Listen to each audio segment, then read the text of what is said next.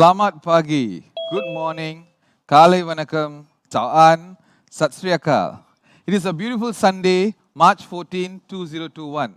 Today, the first day of Chet marks the beginning of the Sikh calendar. It coincides with the birth of Guru Nanak. It is the 546th Sikh year. Chet also means to be awake, aware, be conscious of, turn your attention to, and contemplate on the essential things in life. I think that message is very meaningful with what we are doing today. So, Happy New Year. I would like to welcome everyone to Pre-President-Elect Training Seminar, Day 2. Thank you for tuning in. Let me give you a glimpse of what to do or what to expect today. After this, we will have the TRF fundraiser. We will have past district governor Siti Zubaida chairing it. We will now know what we can do to bring about doing funding in a more easier manner. Then followed by mental health, where our charter president, Dr. Raj Kumar, will be presenting together with his team. We then will have a special person presenting on adaptability, what it takes to be adaptable in whatever situation it may be. Then comes four-way test competition, an international sister club, Rotaract and Interact. Rotarian Neeraj, together with his team, will be sharing that space. Just before lunch, we will have each one bring one under the membership development, where past Assistant Governor Raj Malambaram will be sharing his thoughts. After lunch, we will have public image by past President Z. Zariman. Leadership is an art, data helps by past President Ashwin Nair, and build your club strategic planning by Assistant Governor Datuk Dr. A.T. Kumararaja. We will tail end at about 4 p.m. and the training team will then do a recap. So you see there's a series of fantastic sessions to happen today. So stay tuned, ladies and gentlemen. You know, the rules are the same. Handphone on silent mode at all times. Make sure your video is on at all times. Remember to put your prefix as PE for President-elect in front of your name. Do not have PE iPhone or PE Samsung. Also remember, we are streaming live via Facebook through our district page. I want to share something with you. Our Facebook Live posts have reached to close to 2,000 people, and we have till now 808 views on Facebook. These numbers are the highest ever that we have reached. Now, those figures are definitely motivating, so keep sharing, ladies and gentlemen. Let's start today's event by starting off with TRF fundraiser. Session will be presented by incoming Assistant Governor Judy Chong and incoming Assistant Governor Jennifer Lim, together with past District Governor Siti Zubaida. Incoming Assistant Governor Judy Chong joined Rotary in the year 2011. She's from Rotary Club of Bandar Utama. Currently, she is the chairman for District Action Group for Autism, and she was the honorary treasurer for Disaster Aid Malaysia since 2017. Jennifer Lim, on the other hand, joined Rotary in the year 2011. She is from Rotary Club of Metro Kuala Lumpur. Former interactor, former Rotaractor, former hotelier, currently she is a homemaker. Her husband, Fu Chi San, and children, 24-year-old, 21-year-old, and 16-year-old. Past District Governor Siti Zubaida comes from Rotary Club of Central Damansara, and she's the chair for the Rotary Foundation. Ladies and gentlemen, let's welcome them.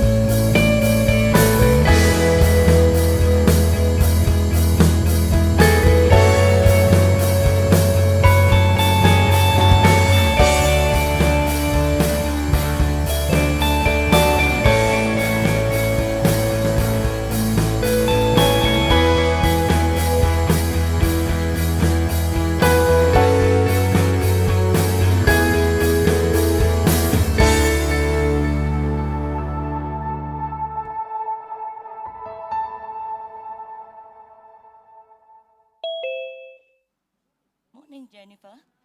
How is Rotary Club of Metro KL? Hi, good morning, Judy. Our club is doing well. How is Rotary Club of Bandar Utama doing? Great, too. As AGs, one of our goals is to contribute to help club to contribute to the TRF and to give. Okay. And this is what we tell Rotarians every year. We are Rotarians. We have an obligation to our foundation. Our foundation is the engine room for Rotary. The Rotary Foundation receives highest rating from Charity Navigator for 13 consecutive years in assessing how the foundation uses the fund. Yes. Why? That's right. One, it is the clarity in how we uses our money. 90% goes to the project itself, 10% to the admin. And we are very clear in the governance and how transparent we are using the money. Charity Navigator also rate Polio Plus and Rotary Grant as top programs. Please give to the Rotary Foundation to support our causes. Yeah, and every year, this is what we say to the club. Every year, we meet our club TRF goals. Excellent. Every year, we raise funds for polio. Fantastic. Every month, we include TRF giving in our invoice to members. An EREY club, Judy. That's right. Every president who takes office will have to contribute 1 PHF. Good leader. Every club TRF chair will have to contribute to TRF too. Great example. Every year, we support the governor to meet the district goals, yeah? Thank you. Yes. Yes, we do give. Good job. Good job. Now, let's do a reality check. Now, how many clubs actually give? Let's invite our incoming TRF chair, past district governor, Puan Siti Zubaida, to give us some statistics to support the figures. Thank you, ladies. Jennifer, Judy, how's coming being an AG? It's taking you a long tour with TRF, I'm sure. But as you said, all our Rotarians have been giving to Rotary Foundation, right? That's right. We've done so well in all these years we have been giving. But let's do some reality check. Yeah. Our district, Yeah. let's go back 5 years ago. 2015, 2016, 2017, we raised about 216,000. We had 1,682 Rotarians. But you know something? 27 clubs did not contribute to annual fund. 53 clubs did not contribute to polio. Yeah. Right? Let's go to the next year. We had 1,700 Rotarians. And again, 24 clubs are not giving Yep. to annual fund. 47 clubs is not giving to polio. The next year, we raised even more money, 367. But still, we have 12 clubs who's not giving. We have 31 clubs who's not giving. And last year, do you know that we actually hit 963,000? Yeah. Of course, this thanks to our Arch-Clump member IPDG, Leo. But again, you look at the numbers. 22 clubs are not giving to annual fund, right? 44 clubs are not giving. Of course, these figures is right now even more alarming. Yep. Up to today, January, in DG Teo's year, 43 clubs have not given to polio. So, but our numbers are there. So where does this money all come from? It came from other Rotarians. It came from Rotarians who are really passionate and who really believe in our foundation. That's right. So what should we do? But again, the question everyone asks, where does our money go to? And how many of them really give? So let's look at our TRF spending pattern in our district for the last 5 years until January this year. We try and keep it up to date so that every one of us, knows what we can do in the next following year. Going back to 2014, why 2014? Do you know, Jennifer?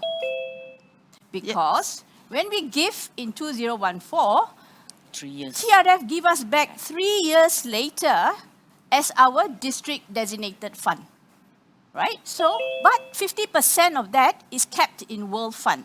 Yeah. So we have money in World Fund, but 3 years later, in 2017, it came back to our district as DDF.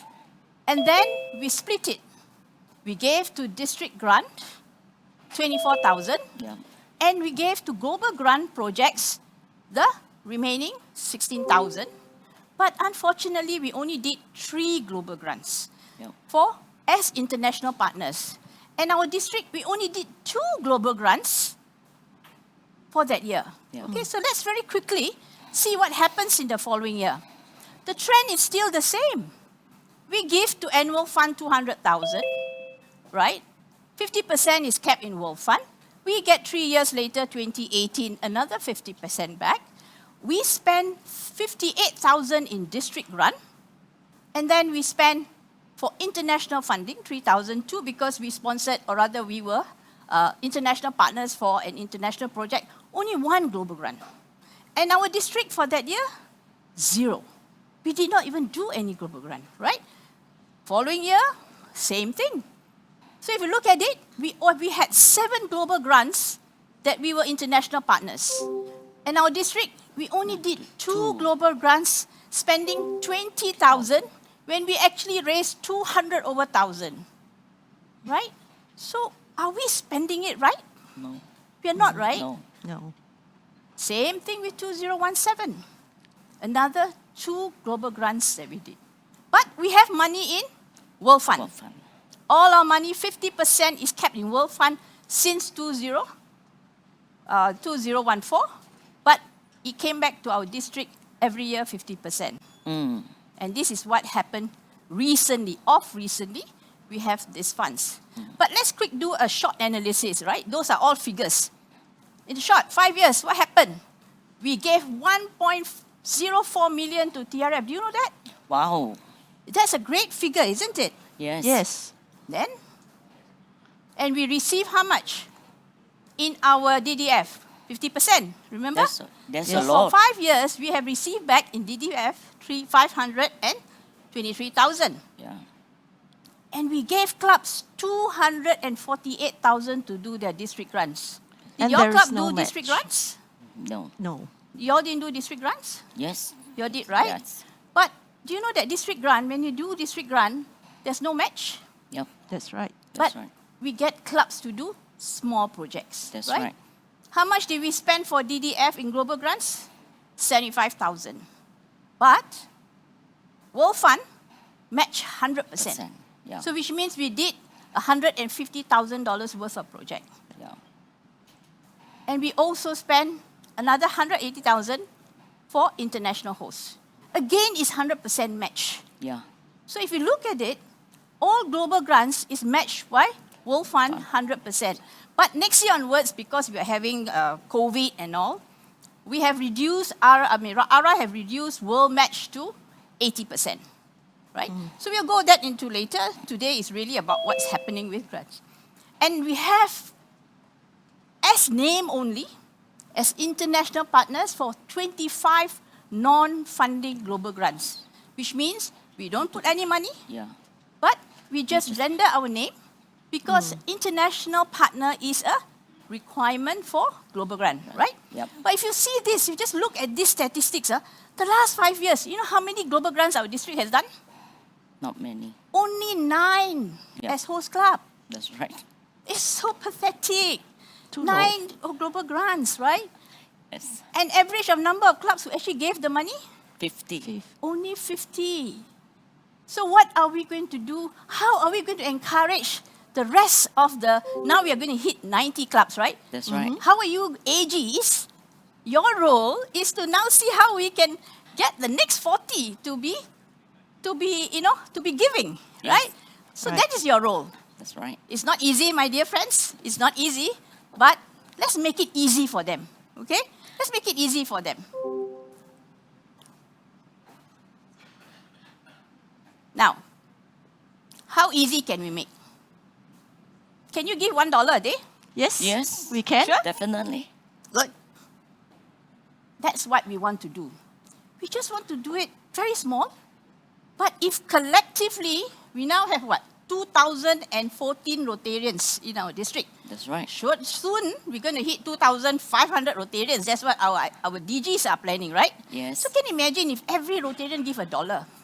It's really not about much of the giving, but we have that passion to give.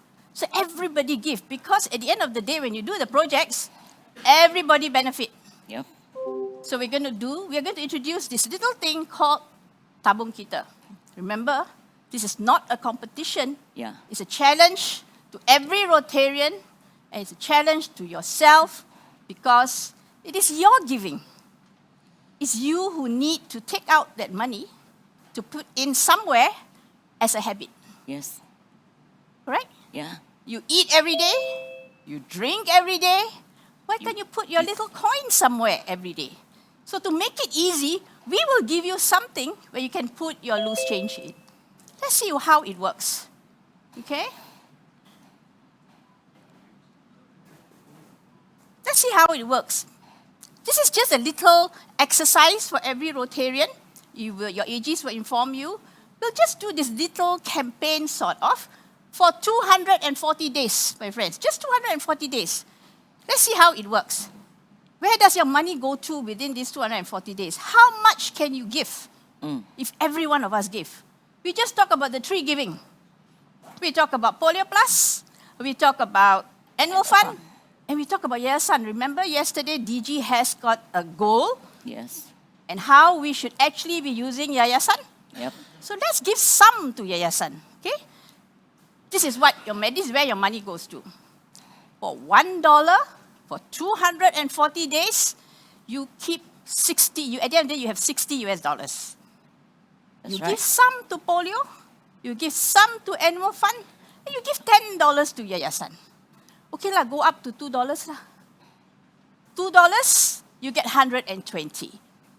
You give again some to polio, some to And annual fund. If you put another $20, you become the campaign of 100 US EREY, right? Yes. that's right.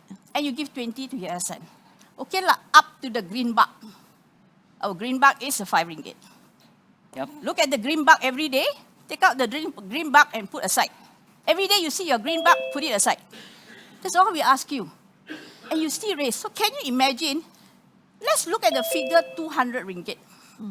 If every Rotarian gives 200 US dollars to the annual fund, every one of us plays a role in the Rotary Foundation. Every one of us oils the engine of the foundation. Yep. Every one of us takes that interest in the foundation. So we want to make it easy for them. Yeah. How are you? Can you all sort of convince your club members or your presidents? Yes, we can. You sure? Yes. Hey, that's Absolutely. your role, you know. Okay, let's move. Let's see what are the projects. Remember we talked about the 9 projects, Yeah. the global grant. That's right. This was done by Rotary Club of KL Diraja. They have their BRDB home. And you know their budget was US 122,000. And this is funded by the foundation. Okay? I'll give you another project.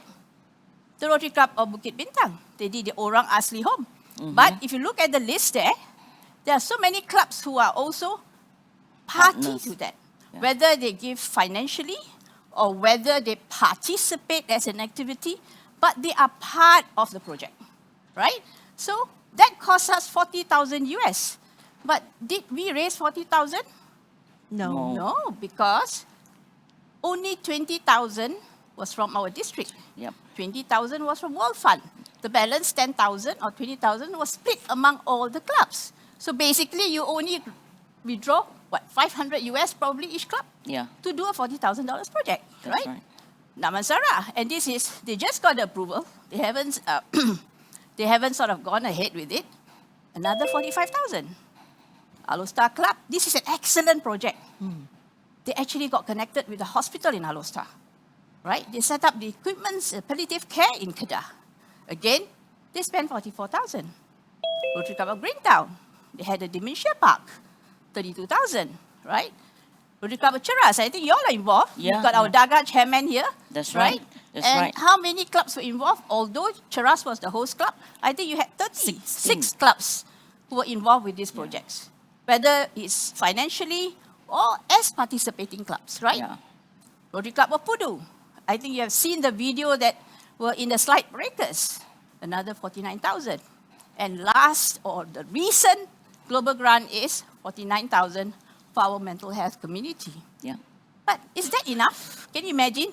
5 years, 9 projects, and it's so small. So this is what we want to do. And we've got so many areas. Judy, you want to just talk about our area of focus? Yeah, the 7 areas of focus are peace building and conflict prevention, disease prevention and treatment, water sanitation and hygiene, maternal and child care, basic education and literacy, community economic development, and finally, Environment, that's the latest area of focus for Rotary.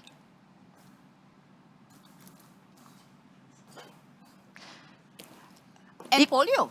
And we continue to do and to help to eradicate. I think yesterday even our DG was talking. The last 3 months, we only had 2 polio cases. One in Yeah. Pakistan and one in Afghanistan. Afghanistan. But remember, we had our challenges in Malaysia, yep, right? In that's So Sabah. this is in what we do. Sabah. So support tabung kita. Basically, this project is very simple, my friends.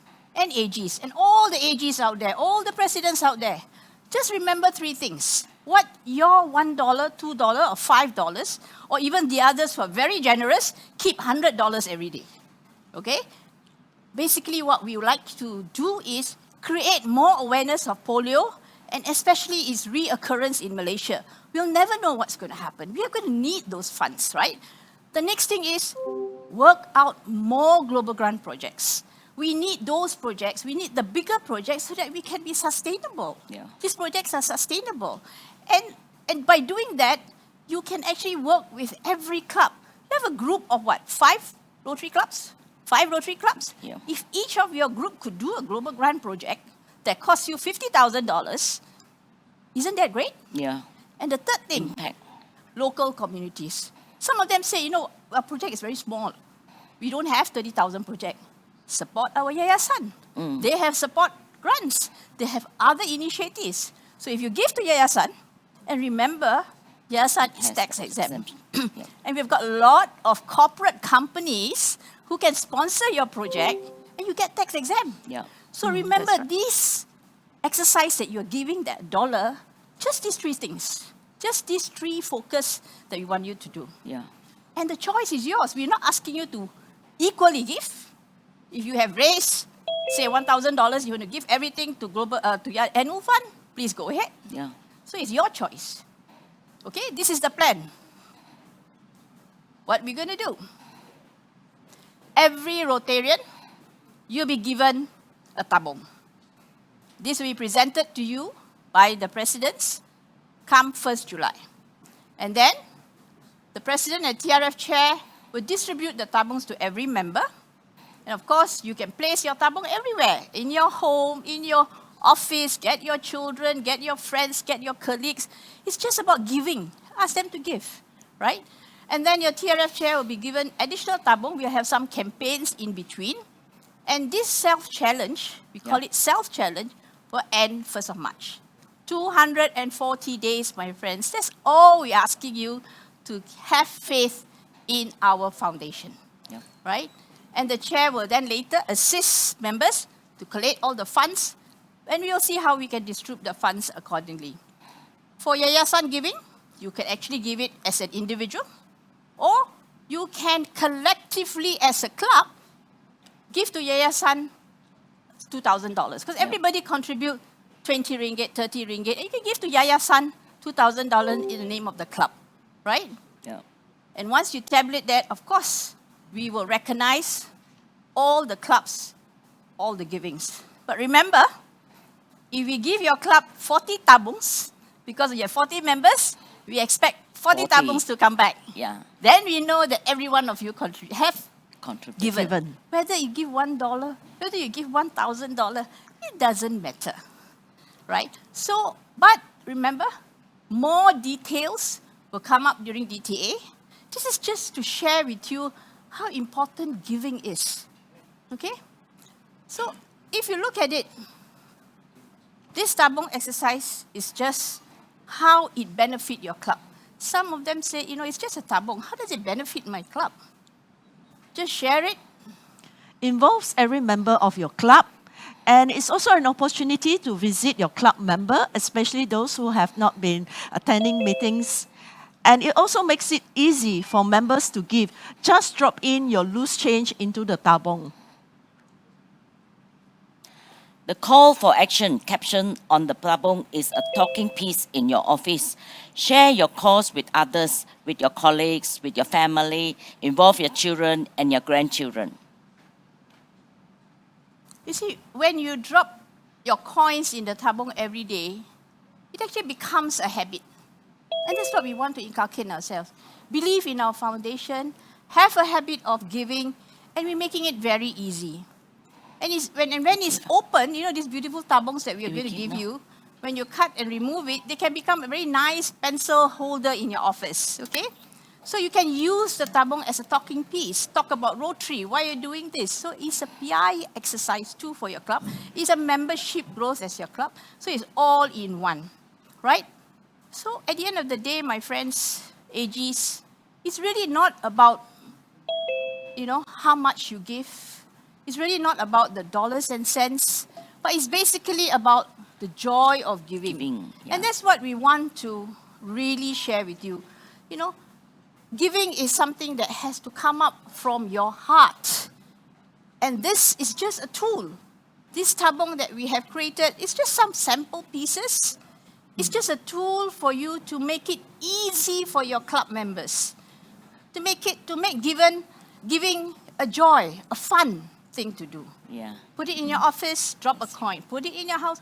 Grandparents, get your grandchildren around you and let them drop the coin. Yeah. When you're in the office, Judy, you're in logistics, right? Yes. Your Yes. clients come and see you. Yes. Make it a habit. Yeah, we'll put Right? it in the... So this is where we thought to share with you today really about how easy it is to give.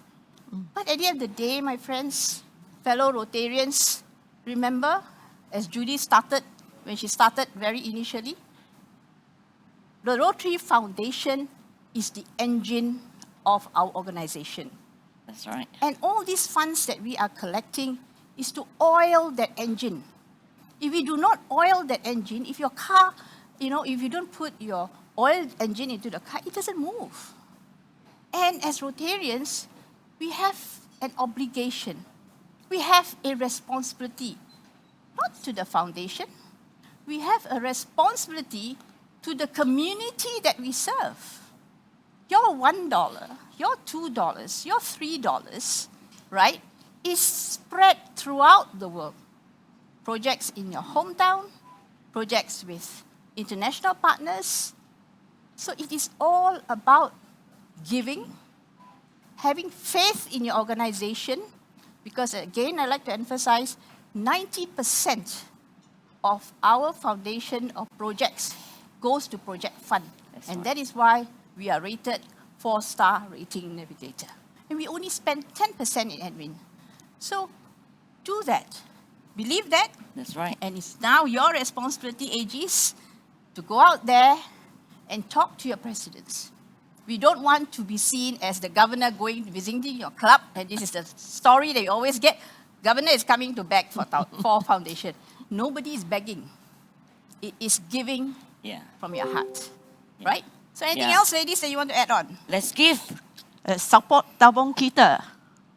And please give from your heart. Yes. Thank you. And if you have any questions, please, Iswaran, if there's any questions, we can share. But more information will be out during the DTA. Thank you. Anything else? Thank you. No, Thank you. Fun? we're good. Thank you.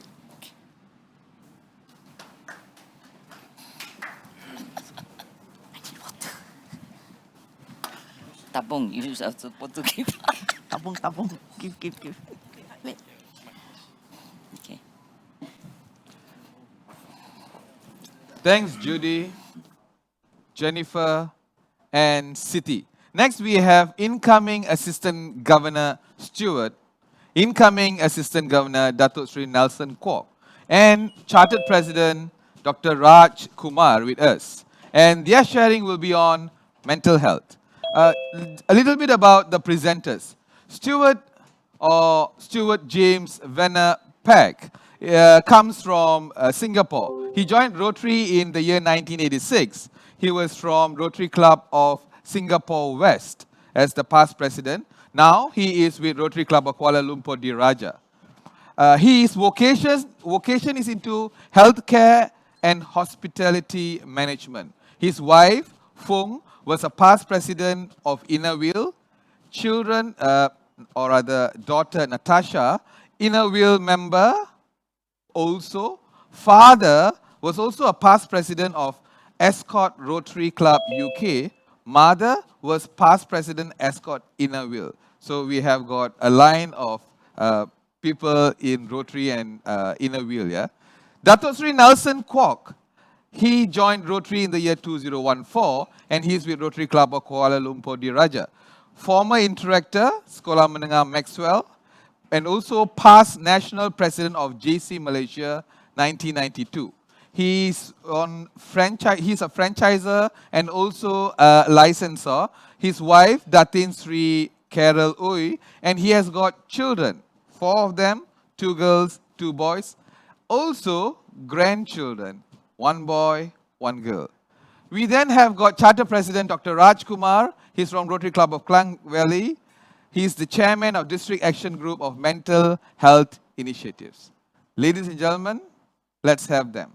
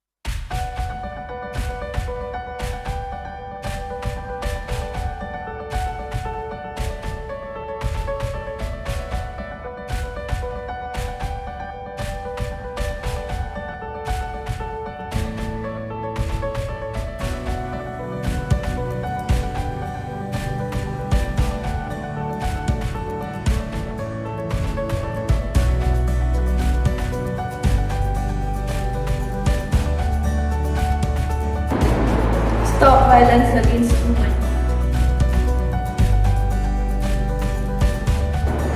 Stop the violence. 停止暴力，One Vietnam。Kekerasan terhadap wanita. Stop domestic violence。大家一起站起来，停止暴力。Stop domestic violence. One Vietnam。 Hentikan keganasan kepada wanita.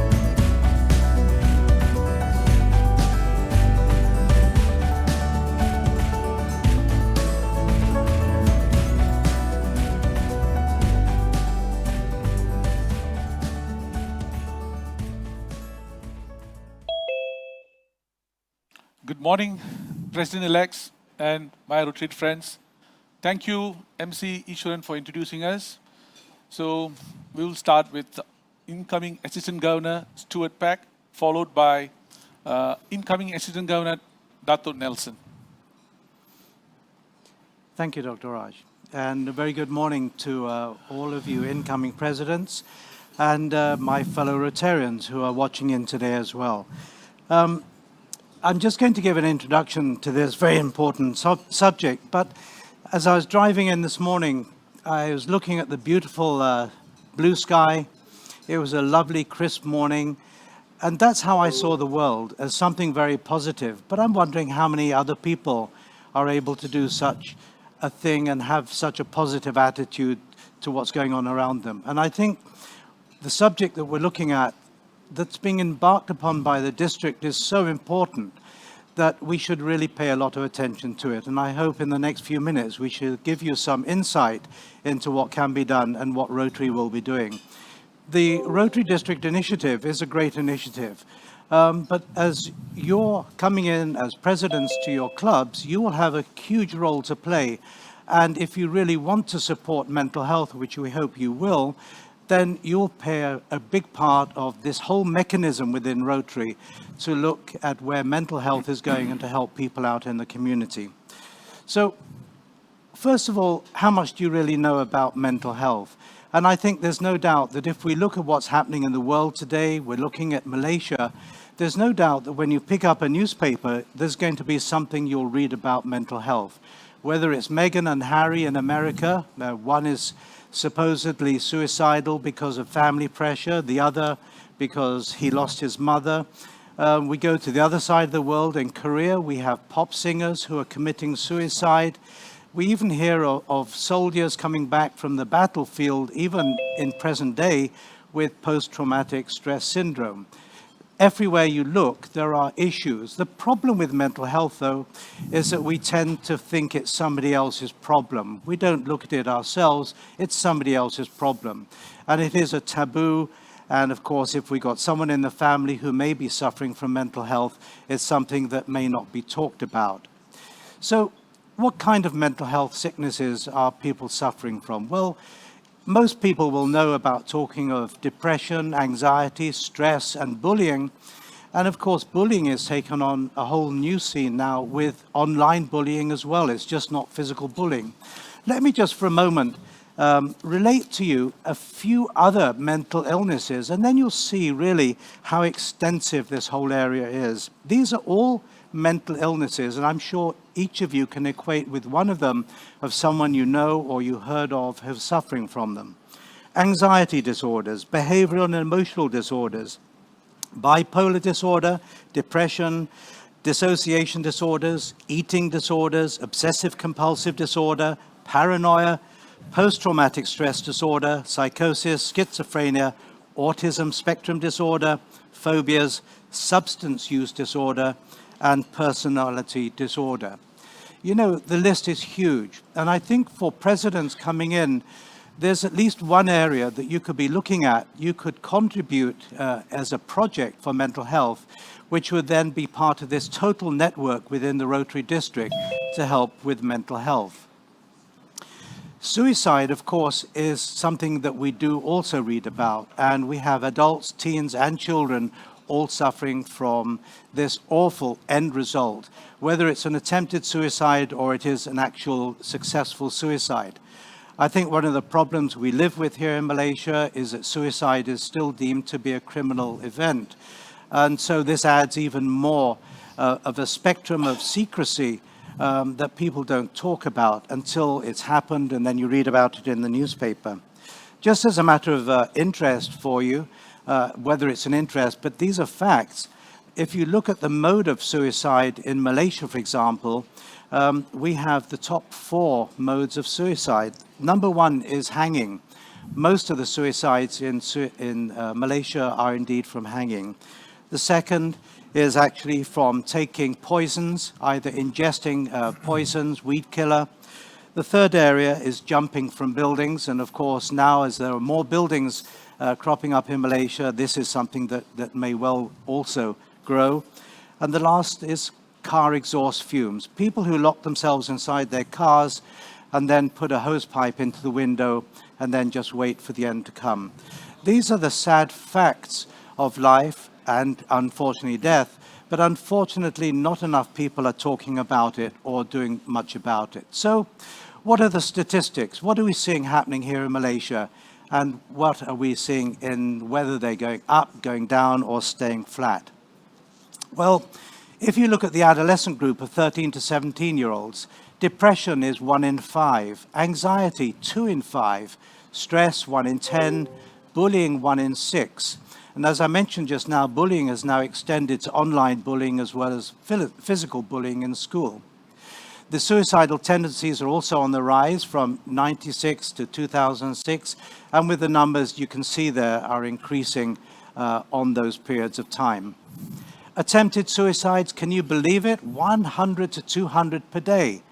And suicides actually 5 to 10 per day. Can you imagine that at the end of today, 5 people or up to 10 people will have taken their lives because of a mental illness? 6.6 per 100,000 or 10 to 13 per 100,000 is the figure. Suicide is the second leading cause of death for young people in Malaysia today, between 15 and 29 years of age, and many are unsure where to get professional help.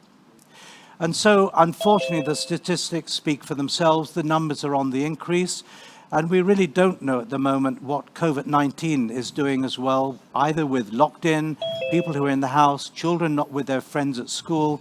But whatever it is, we know that COVID-19 is having an effect and is having an effect on those numbers of mental health.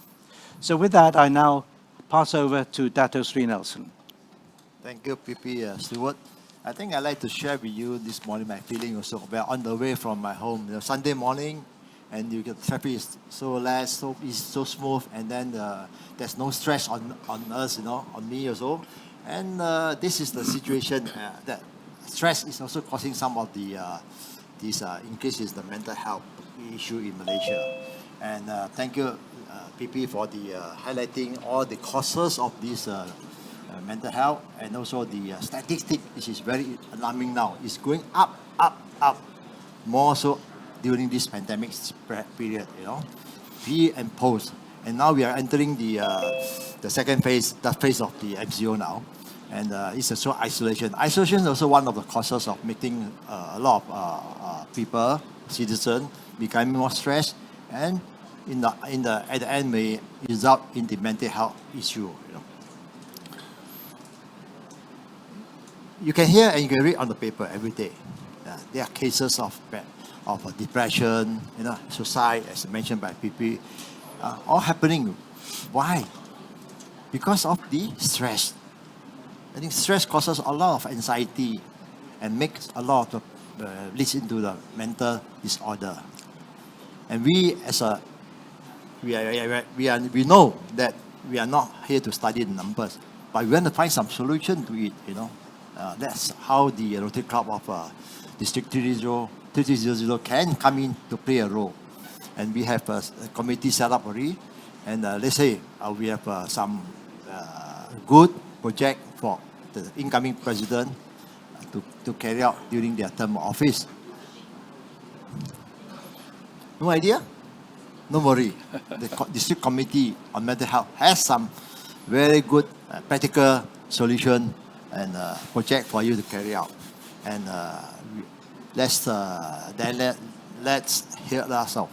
And we have the chairman of the mental health, doctor in his profession, to share with us on the projects and the ideas of mental health. He will have some big ideas. Okay, I'd like to at this juncture to pass back the mic to our chairman to continue.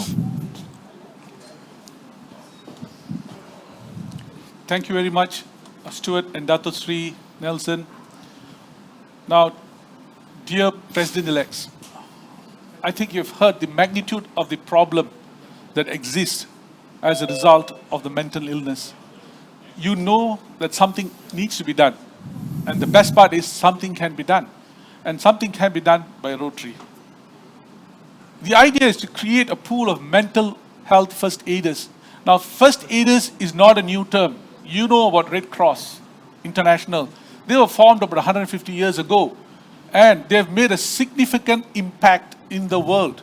First aid is useful because you don't need the specialist at the first point of contact. So what are the three roles of the mental health first aiders? They will play a significant role in mental health in our project by the District Action Group for Mental Health Initiative. First of all, they will be armed with the knowledge to find out the telltale signs, to identify the people who need help. They will guide, they will support them, and when necessary, they will refer them to the specialist. The big picture. Now, this is really a big picture. We are faced with a huge wave of mental illness, more so after the COVID pandemic. According to the professionals in the world, the psychiatrists and the specialists, they say this shadow pandemic will last for a much longer time. It will outlast the COVID pandemic. And as you saw the earlier figures by Stuart, you could see violence. This is manifesting as violence at home. This has been reported in many countries. The UK, the US, Australia, Singapore. Just because it's not reported in Malaysia, it does not mean it exists here. Doctors will watch for the fact that there are an increased cases of violence at home. Now, what is the big picture? Rotary District 3300, through the District Action Group for Mental Health Initiatives, we are embarking on a big mission to reduce the incidence of mental health problems, improving mental health in the population, and reducing the number of suicides. So this takes a lot of effort, and it involves a lot of people. Rotary alone cannot manage this, and we are in touch with the professionals in this country who are non-Rotarians as well. So it has to be a multi-point effort affecting all levels and in all parts of the country. So we are working at the level of the school, the colleges, the universities, at workplaces. We are also working on the frontliners, the doctors, the nurses, the policemen, the firemen. All these people will be guided. They will be given some form of training to handle people who are with mental issues, to identify the telltale signs. That's the important thing. If we miss the telltale signs on those who need help, they progress on to the next step. And they may end up in suicides. So that's the importance. We are going all out. And we are also reaching out to the public through social media, mass medias. And on this note, I would like to stress this. District Action Group has started the third Thursday talks. It's on the third week of every month for 1.5 hours from 8 p.m. to 9:30 p.m. We always advertise this in the Google group. Please pass the message around. And you will be listening to specialists who talk about various aspects of mental health. This is so very important. Please pass the word around. We are going to continue this. This will be part of our project. So the other important thing I would like to share with you, as far as the big picture is concerned, is that we are in the process of creating a platform or a web page which has all the resource of mental health. Will also contain the hotline for help. We will be getting this done. We are on the way. So, how does it work? Rotarians as well as Rotractors can apply to be mental health first aider. We are selecting the program that is most useful for this particular group and in consultation with the professionals. So what happens is we will be giving training to all these potential mental health first aiders, and on successful completion, we will give you a special badge that you can wear with pride and help the district achieve its aims. This is a project of District 3300. The club first aiders will liaise with the schools and the interactors. What we hope to achieve is to have at least a 2-hour session per month, 2 hours per month with the school teachers and the students. We teach them about mental health awareness. mental health literacy, so everyone is able to identify the telltale signs of impending danger. In addition, we would request the mental health first aider to conduct a survey during his monthly visit. And as per the survey findings, if there are anybody who needs help, they are in the alarming zone, they will be referred for further care. And we would appreciate if the club concerned would send us a report, just to keep in touch on how we are doing. So that red figure on the screen, as you can see, dear presidents, is yourself. You play a pivotal role. You are the most important person in your year. You're almost at, you are the, it's kind of an arrow, but you are the apex of a pyramid. So dear presidents, I would like you to think about what I've suggested. Suicides occur, and whenever suicide occurs, there's an alarming amount of distress, sadness, and grief among the families involved, friends and families. They'll always ask the question, why did I go wrong? What was the matter? And I have a question for you. Could we have intervened in some way and have prevented this untimely death? Could we have intervened? The word is intervene. So dear presidents, here's a golden opportunity to intervene, and it doesn't take much effort. Your activity involves 2 hours per month, every month. And we are here to provide all the support that you need, the resources. You can save a life. I believe so. I believe we can save a life. But we need to know the telltale signs. We need to be able to assist, guide, and help the person who has these telltale signs. And if we can't solve the problem, we refer them. Now, if you recall what happens in the first aiders in the Red Cross, someone comes with a bleed, you clamp them down, hold the hand down. And sometimes you get away with just that. Sometimes you got to pass the person along the chain of command to the nurse, to the medical officer, or the specialist. So we do not need the specialist to be there for every first contact patient.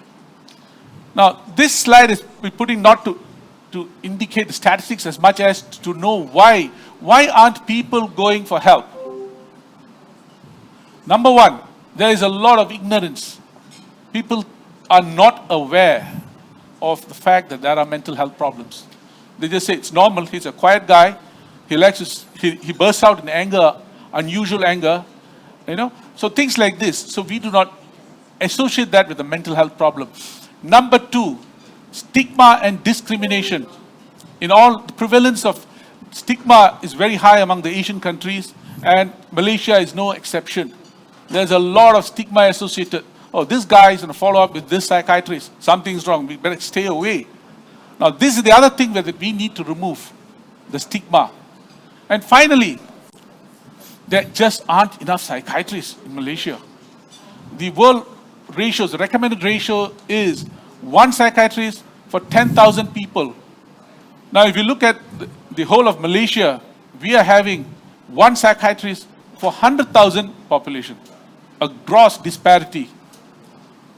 Even then, the majority of psychiatrists are concentrated in cities and towns. So you have a worse ratio in the districts, in the far end areas, maybe in the East Malaysia and North and Eastern states, of 1 psychiatrist for 200,000 people. Now that is the problem. So that's where we come in. Rotarians can play a role. We are more than 2,000 members right now, and we are going to hit 2,500 in the next year or sooner. We have an army of people who can help. We are present in almost every town in this country, and we have Rotractors with us and Interactors with us. So we can certainly do something very, very significant. Well, you know the statistics. This has been mentioned by Stuart. So this is an appeal to all of you. Okay, I don't think I don't look like the guy on the screen, but this is an appeal, a humble appeal, a thought process. Would you consider this? Do you want to do this?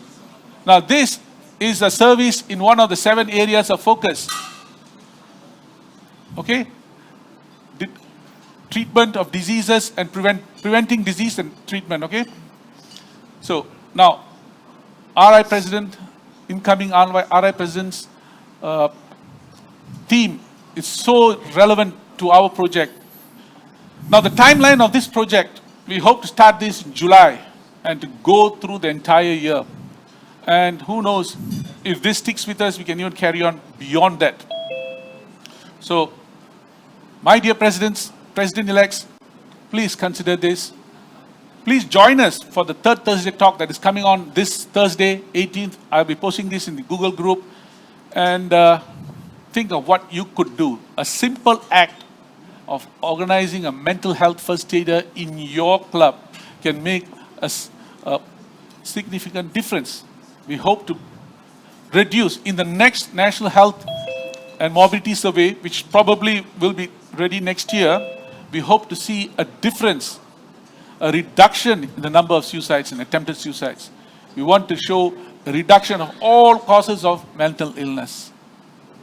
So here I rest my case, dear President-elects, and I'm happy to take questions. We are happy to take any questions that you may have.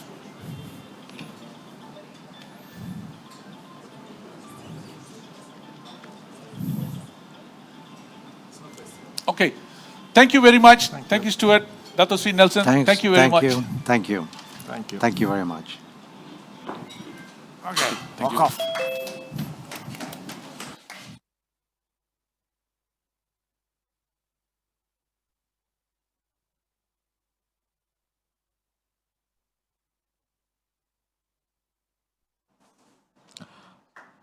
Be a mental health first aider and save a life.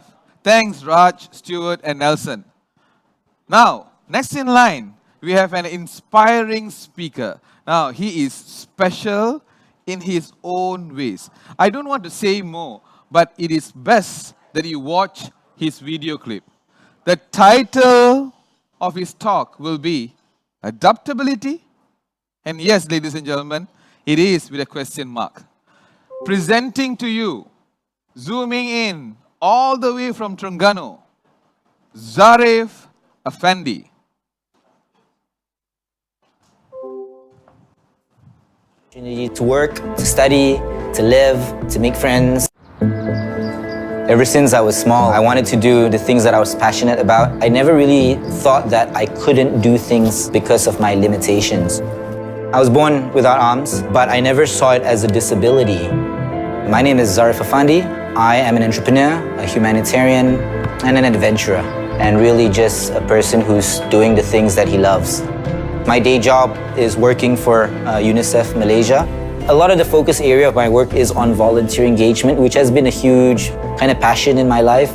We get to do projects and work that hopefully benefits all children in Malaysia.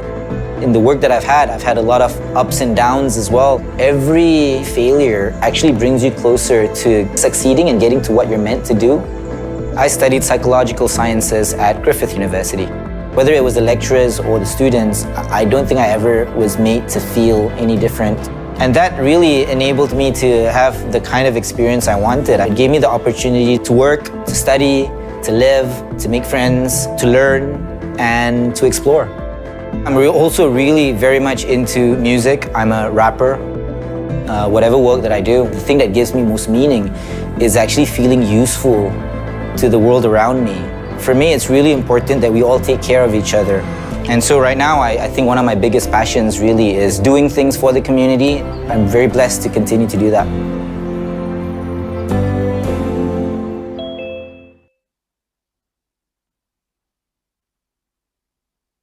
All right, we're good? I think we are. Hello there, Rotary. How's everybody doing?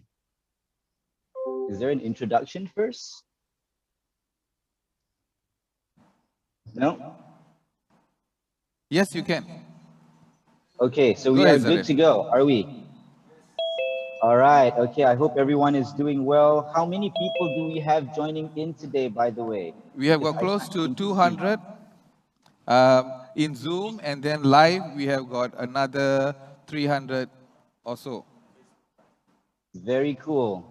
It's a pleasure. Thank you very much for inviting me over here. I am from Pulau Kapas. I hope the reception is all right. Let me just see if I can just make the reception a little bit better by turning off my computer Wi-Fi. Okay, so is it clear? Is my voice clear before we start the session today? Loud Just and double clear, check. Zarif. Loud and clear. And the video is good? Yes, handsome as All right. always. All right. Thank you very much, Rodri, for inviting me. I believe that I was told that today is a session with your president elects, I think, of all the different states. Am I right? Yes, you are. All right. It's a pleasure to meet everyone and a big honor to be here. And likewise, I think it's an important thing that you guys are doing. First things first, I just wanted to share how much of a fan I am of the Rotary Club and the great, amazing work that you do with the community. So my name is Zarif Afandi. As the video introduced, I am a community advocate. I am an adventurer, a motivational speaker, a published author, um, a community development consultant. Uh, Essentially, I am the person who I hope to be the best that I am. For me, it's very simple. Ever since I was small, I believed that I could be anything I wanted, actually. I really believe that I could do the best that I can. So I would like to start today's session by giving you a little bit. I believe I've got about half an hour with you. So I'll start with introducing myself and going to the topic of adaptability, right? So of course, when people think about adaptability, as you look at me, I was born without arms, and hence I've had to adapt all my life to a world that was, I guess, developed for people with arms.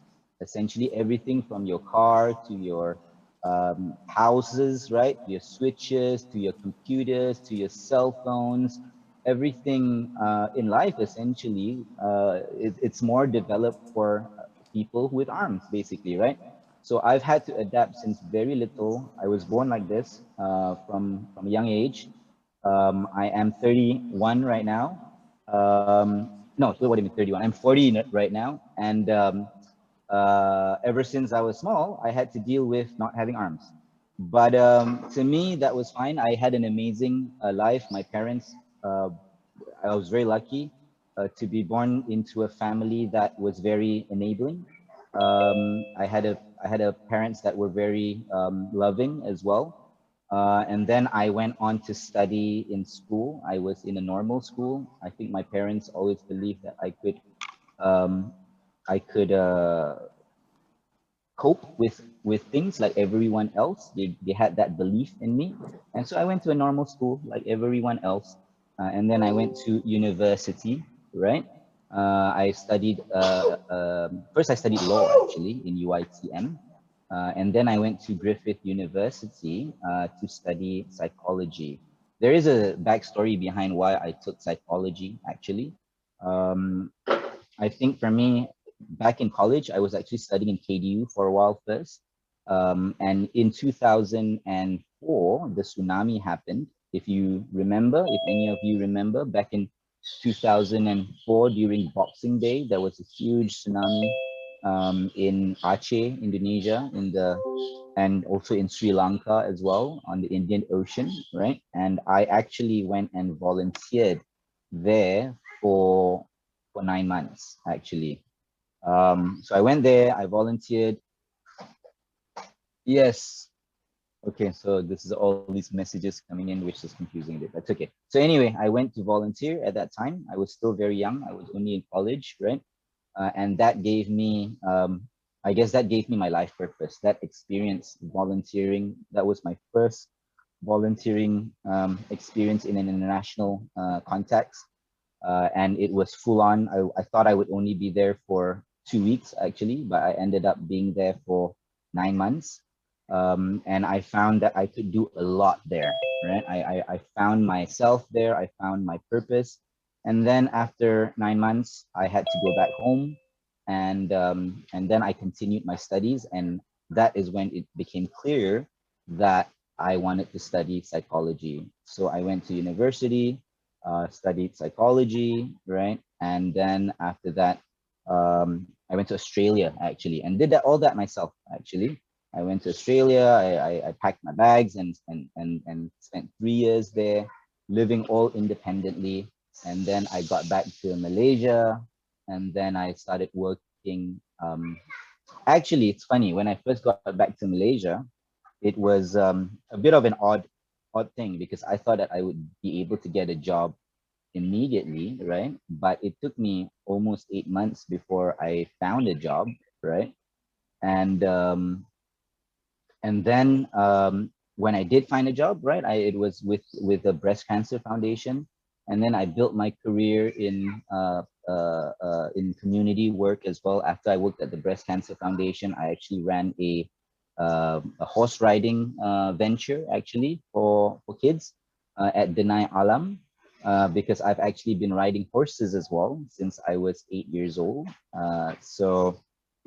And then I went on and worked, um, uh, had my own company eventually, right? And then a lot of things happened in between. And now I work with UNICEF Malaysia. I'm a published author, right? I wrote a book, and my line of work, basically my main focus of work, or main passion, I guess, is about how can I play a role in developing myself. But now that I've understood and learned about mental health, about personal development, my main passion is of course about how can I help others reach their potential. So that's pretty much one of my main focuses right now, and the things that I do, right? Um, so anyway, the focus today is all about adaptability, I believe. And as you can see, my life is all about being, all about adapting, essentially. Oh, thank you. Hats off. Oh, no. But anyway, so I've had to adapt in almost every situation of my life. When I was in primary school, when I first registered in school, it was a normal school, and actually I got rejected into the school, but I didn't allow the headmaster to just, to reject my application. I actually went and spoke to the headmaster, the principal. I was very little. I was probably 6 years old, and I asked my mom, "Can I speak to the principal?" I went and spoke to him, and then there you go. I got to go into school, and in school I had to adapt because the school environment, normal school, the tables and all that. But I still adapted. I think the principal was concerned, how am I going to write, or how am I going to adapt to the furniture. And at the end, we just made our own furniture. I made my own little table as well, right? And then we were concerned about how I adapt going to the bathroom and going to the toilet, right? At that time I was very young, and then my mom hired the cleaner lady of the toilet to help me out if I needed help. And then later on, my friends helped me as well. And eventually I figured out how to do most of the things myself as well. Right. And so in life, essentially, it's all about adapting. I mean, that's just one small instance of me as a child growing up and adapting. And likewise, I think growing up, I really believed, and I was given the belief that I could do just as well as everyone else. However, I was also I guess my parents also taught me that I also had to work extra hard, right? And that was fine because I don't have arms, and so I have to maybe give 110% to get the 100% that everyone gets. And so to me, I just kept on doing that regardless of what people believed I could or could not do. When I was 13, I got my first scuba diving license. And again, people were wondering, how can I cope? And I did very well as well. As I said earlier, I went and I learned horse riding when I was 8 years old. Again, I had to figure out, how do I do that, right? And so I guess when we talk about adaptability, it's really about, everyone has a way of doing their thing. Actually, everyone can do whatever it is that their mind sets, even though they might be limited to a certain degree. The limitations could be physical, Like for me, my limitations is I don't have arms. Some limitations might be mental, right? Some limitations might be financial. Some limitations might be emotional. But the point is that we all have limitations, but we are able to overcome them essentially if we have the right mindset and if we have the right kind of preparation of the self to be able to adapt in any kind of situation, right? When I went to Indonesia, this was a place that was, when I was in Aceh, this was a place that was devastated with destruction after the tsunami, right? And I just went there with 3 friends, right? And I had to adapt, right? This was in a situation where it was extreme, ground zero. Likewise, similarly, when I went to school, I needed to adapt. When I wanted to go scuba diving, I needed to adapt. And that has served very well, I think, all the way to adulthood, essentially that adaptability, right? So I guess a lot of people wonder, how do I adapt, right? How do I keep my mind focused on being able to overcome the limitations and essentially live a life that is full, right? I'm not allowing anything to stop you. Um, I think the main thing is all about preparing yourself. Being a good human being isn't just about lying down and just magically things happen to you. I really sincerely believe that if you want the right things to happen to you, you need to do the right things. If you want the right things to occur in your life, if you want to live the way that you want, then you've got to do the right things, right? And what are those right things? What are those necessary things? So for me, I've pretty much spent my entire journey of life trying to understand this, trying to understand what makes us be able to be the best person that we can, what makes us able to do great, right? What makes us able to not be limited by where we're at. And amazingly, so the journey started by learning about psychology. I learned that, you know, we have our cognition, we have our emotions, right? We have our thought processes, right? And so it's actually very useful to understand how we work. I think that was a very, very important part in the growing process for me. For me, even when I was younger, in from high school, in fact, I had an insatiable thirst to understand why I was the way I am and how can I overcome and be the best person that I can, right? And how, good morning, Dr. Thong.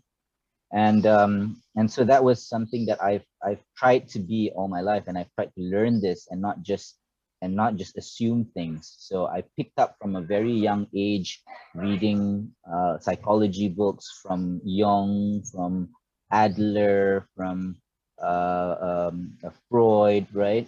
And then that really cultivated my interest in learning about other things as well, like spirituality, like the self as well. And so I went to university and studied all that. I studied psychology, and it really did help. However, as I became an adult, I needed to readapt as well, because adulthood is another new phase of life. And I think most of you who are president-elects right now, or president, are you president or president-elect, by the way? Can anyone answer? I'm a little bit, or is there a difference? Incoming president. Incoming president. Okay, thank you for that answer. So all, and are you all pretty much young youths, right? Am I right? In the age group of youths? Definitely young. Definitely, absolutely. And so, thank you. I like this little bit of interaction. Sometimes it's weird doing things online, to be honest with you, because sometimes I feel like, am I talking to myself? But but anyway, yeah. So coming from an age, so I had to learn as I became an adult that, you know, we had to adapt to adult things, because in your formative years, when you're a teenager, when you're a child, when you're a teenager, you still have the comforts and care of your parents, right? And parents play, and just by the way, I hope I'm not regressing too much, but parents play an extremely important role in our lives. I myself am a parent right now as well. I have a 8-year-old daughter, and likewise, my parents played an extremely important role in my development as well. And so, for you there who either are parents or have parents still, right? Um, the new young is less than 60. Bindi here. Yes. Well, anyway, whatever the young or old is, that is just a number, right? But the point is, as you become an adult, you realize that um, it's a whole new ball game, right? In the beginning, when you're studying, right, you've got to pass exams, you're learning about yourself, you're learning about the world, you've got your self identity to explore. You still have the novelty of youth, right? And really, in that stage, I remember that one of the most important things in that stage was to just give things a go. I remembered when I was in college, in high school, I wanted to give everything a go. I wanted to try different foods, different sports, different experiences, different places, different events, different people. I was just, we just had an insatiable thirst to want to experience different things. And this is where I think it comes, one of the most important lessons in adaptability, I guess, is courage, right? You can't do things if you are always scared. If everything you see gives you fear and stops you from doing, then that actually hinders you from the learning process and the ability for you to be more adapted in any situation. And so I guess one of the things that I can share in my growing up process is that I tried to do so many things. I wanted to experience different things. I joined NGOs. I went on volunteer expeditions. I joined sports events. I tried out just different things, right? Outdoors, indoors, in the sky, in the water, right? In the country, out of the country. um, and so I guess now that you are doing what you're doing, right? I think it's important for you to just continue that journey. So don't be afraid. I think if you can have courage, first things first, and if you can develop that courage within, that will help you definitely um, adapt, right? Um, I like the little chats that are happening. So anyway, as I started to become an adult, right? I think one of the key things that I think was most profound, to be honest with you, is that there will always be suffering. I went through so many different failures, so many different heartaches, so many different losses in my life as well. It was not all victorious. It was not all success. I had periods where I failed. I had projects and ideas that I did that did not end up going as well. I had businesses that I established that went bust as well. I had relationships that I hoped would be lasting that didn't as well. I had people that I loved very dearly that died as well. And so, one of the key things that I realized once you went through the whole youth um, phase of development and understanding yourself and formative years, you start realizing that you will always experience suffering. And this comes from an early age.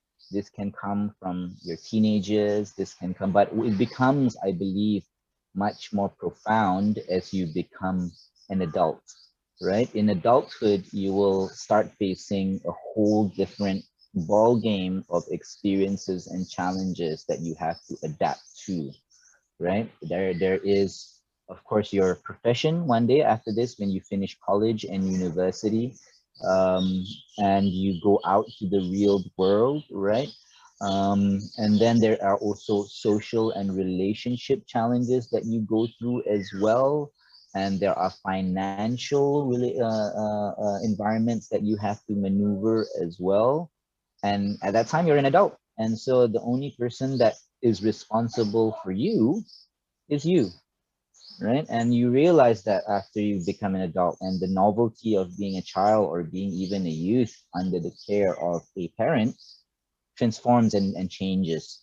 And so I realized that in many cases, both on a personal experience as well as my professional experience, consulting, advising, counseling different people and organizations, I realized that this is where that big test comes in, right? Adulthood, when you become an adult, right? It's you go through.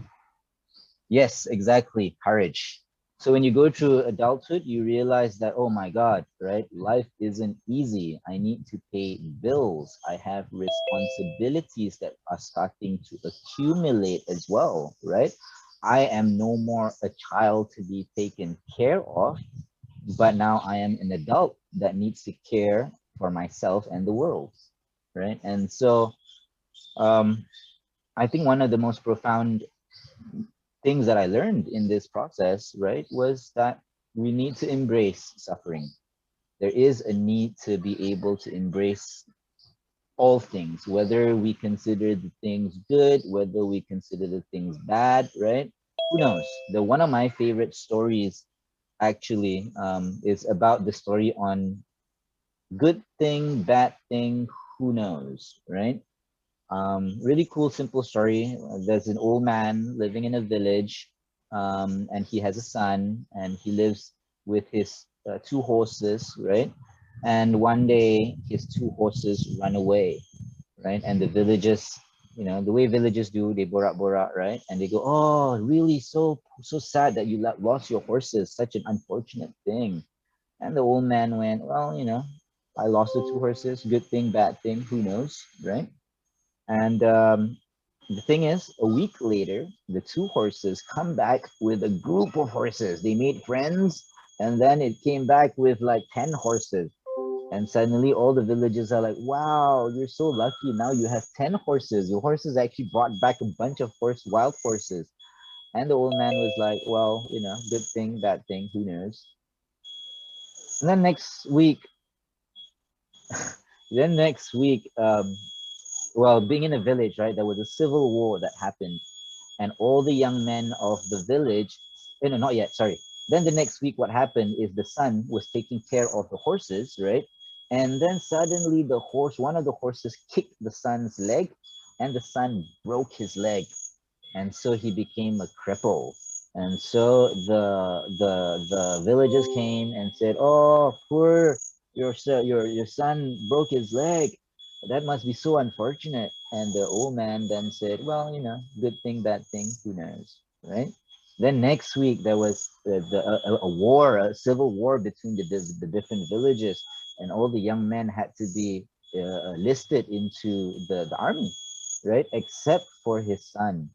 And sadly enough, after that battle, I think three-quarter of the sons or all the sons died, and only his son was left in the village alive. So the man was like, well, good thing, bad thing, who knows, right?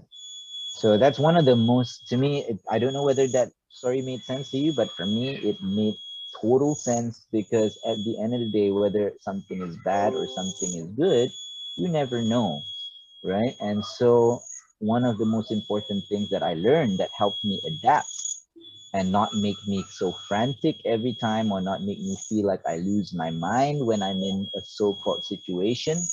Yes, there is a beeping sound. That is cicadas, by the way, if you hear. That is the sound of nature.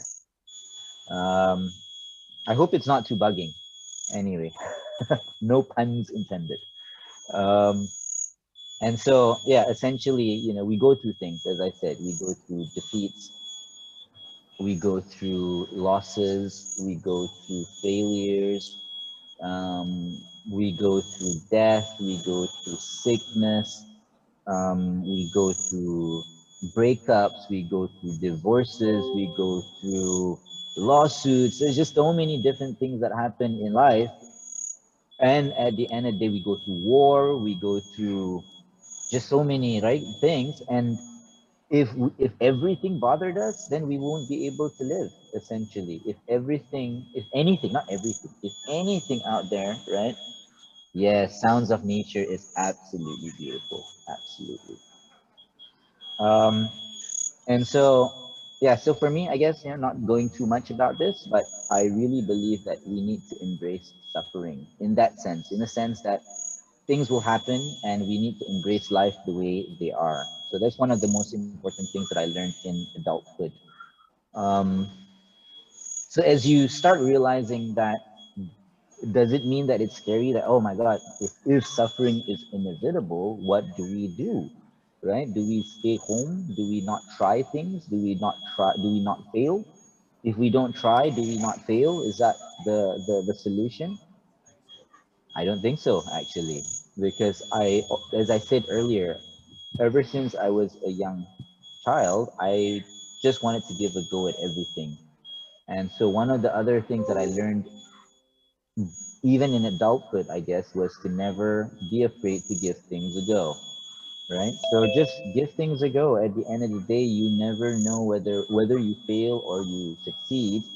This is where, whether it's a good thing or not, you don't know, right? What you can know on this is what you can learn, right? What you do know is that you have experienced whatever that experience is, and that essentially, like anything, gives you a layer of substance, right? Like all things, time, place, right? When you do something, it develops a layer of substance in ourselves, right?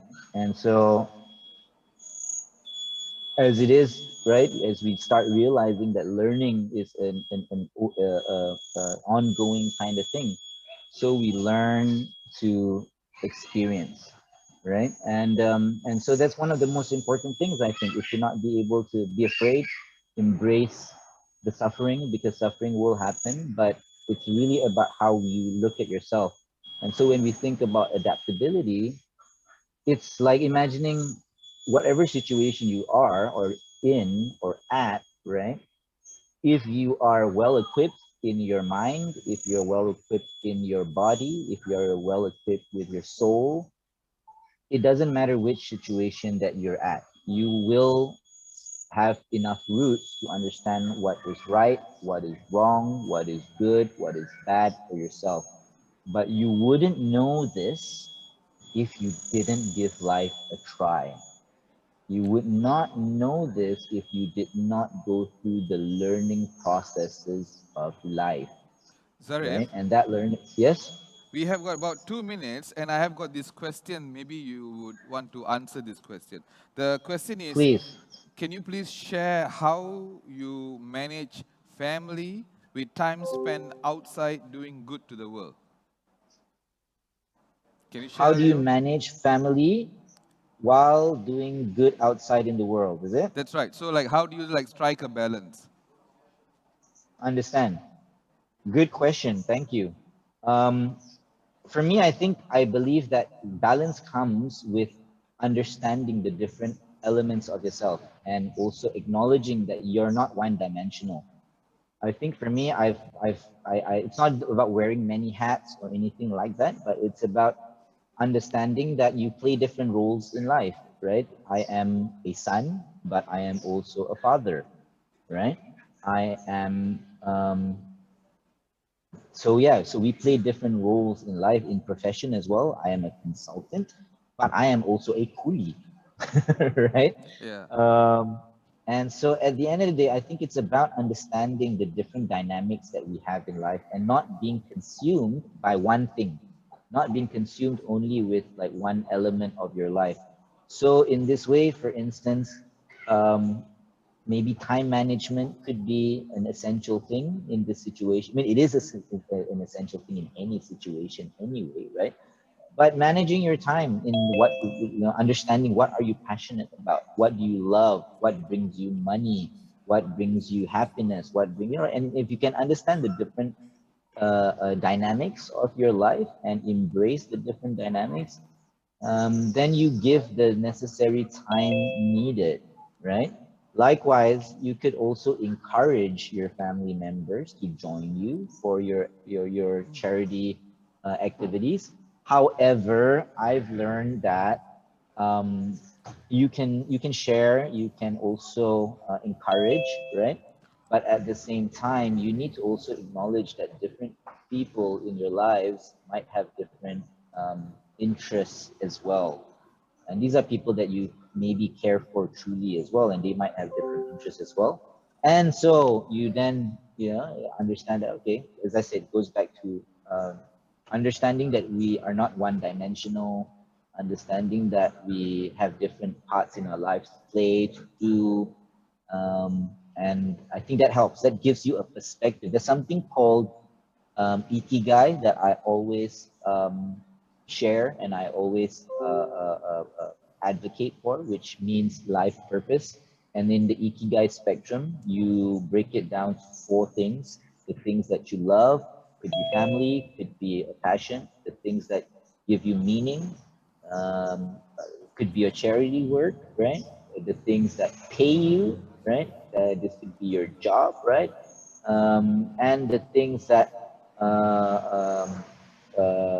love, meaning, pay, and things that you're good at, a skill. We all develop skills and interests. And so if we can understand the four spectrums of our lives, then we can, then hopefully for us, the key here is the balance. Sometimes we neglect our family because we want to do so much charity work. Sometimes we neglect our passions because we want to make so much money, and so we just focus on working. And so so when with that over skewed in one dimension, then you become unbalanced. Zarif, So that I is hope that helps. really inspiring. Zarif, once again, thank you so much. I like your background with words, birds chirping and also green, fresh air. Yeah. So, Zarif, no one else could have explained adaptability the way you did. Once again, Zarif, thank you so much. It made so much Thank you. sense. It made so much sense, ladies and gentlemen. And one question that I have is, if he can do it, what about us? Is there any questions from the floor that I can answer as well, or is there anything that does the floor have any questions? Uh, so far, we don't have any question, but Great. obviously, you have touched on a lot of areas which I think will be very helpful for the incoming presidents. So again, thank you I so much, hope so Zarif. too. Okay, lastly, I just wanted to say a big thank you for inviting me for this session. I've had a few very memorable experiences with the Rotary Club previously as well. It's a bit unfortunate that we cannot meet in person. However, I hope to be able to see all of you very soon as well. And likewise, I just wanted to also connect with you. Please do connect with me as well. I have my Instagram page as well, or Facebook, Zarif Afandi. I'm happy to connect and answer anything of your inquiries. And likewise, if you would like to find my book, it is available at MPH or MPH Online, right? It's called SOS, Surfing Out Stuff. As you can see, I'm very much into the beach. One of my passions is water. And so I hope that we can connect. I hope that you have benefited from this or felt like you've brought something positive from my session. And again, thanks a lot, Nate. Thank you. Thank you so much. Benefited? Definitely. Thank you so much, Zarif. We have got loads of audiences in the studio, and I think you can hear them clapping hands. Yeah, thank you so much. Really, really inspiring. And yes, we will definitely catch up. So there you go, ladies and gentlemen. Zarif Very Effendi, cool. you know the IG, SOS is his book. So go get it, read, and be inspired. Thank you. Thank you very, very much. Have a Thank good you. Sunday and enjoy the rest of the session. You too, my friend. Thank you. So, our next session is about four-way tests competition, and international sister club, Rotaract and Interact. To present this, we have incoming Assistant Governor, Captain Murugesan Ayasami. Now, Captain Muru, for short, joined Rotary in the year 2015. He was the charter member of Rotary Club of Nilai Central. He is very well known in Negeri Sembilan with the many activities around charity. He also works very closely with the Department of the Women and Welfare Negeri Sembilan. His vocation, marine oil and gas diversified, country manager and also a director, wife, Sugeswari Sugumaran, and children, or rather a son, Vasigaran Murugesan, 19 years old. Another presenter will be incoming Assistant Governor John Sundaresan Jayaratnam. He joined Rotary in the year 2008. Rotary Club of Klang is where he comes from. He is an electrical engineer, wife Radha, children Manisha 12 years old and Dinesh 8-year-old. Then we have got Rotarian Neeraj Chabra. He was an interactor with Victoria Institution, then a Rotaractor, and now a Rotarian with Rotary Club of Kuala Lumpur Diraja. He is the District Rotaract Chair. Together with these three gentlemen, one more person would be Joshua Tang. He is the District Rotaract Representative-elect from Rotaract Club of Ampang. Ladies and gentlemen, let's watch them.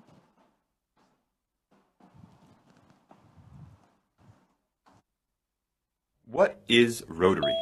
Rotary is a voluntary, non-profit, non-governmental, non-religious organization of industry professionals and academics working in intertwined autonomous networks providing self-education, exchange of knowledge, and humanitarian aid. It might sound complex, but it's built on a very simple philosophy. You go through life, working, studying, and taking care of your loved ones. But at some point, you might stop and feel a spark, an urge to not only do good, but to help others as well as yourself. Throughout life, you've had tons of ideas. All of them might not have been the most complex or the most developed, but it's the thought that counts, isn't it?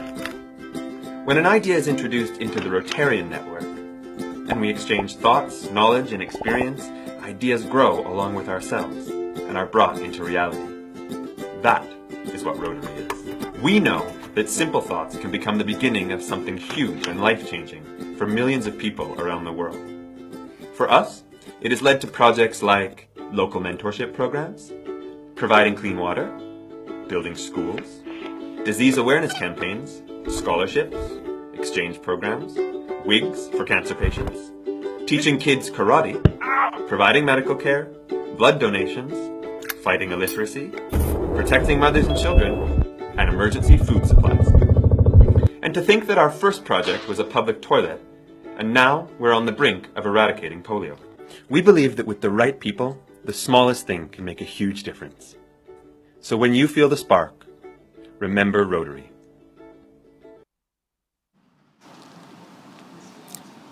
District Governor Teo, incoming District Governor Datuk Bindi, my fellow Rotarians, Rotaractors, ladies and gentlemen, good morning. Now, please allow me to, well, I know the introduction was really good. Please allow me to introduce us. I'm Neeraj. The Langchai next to me is DRR Joshua, incoming AG John, and incoming AG Captain Muru. Now, we are here this morning to talk to you about a topic that is very close to our hearts. We're going to talk about the youth and how the youth are relevant to you, not just in terms of building your membership, but also building a relationship with them. I like the saying that a family that plays together stays together. So we're going to be touching about two topics.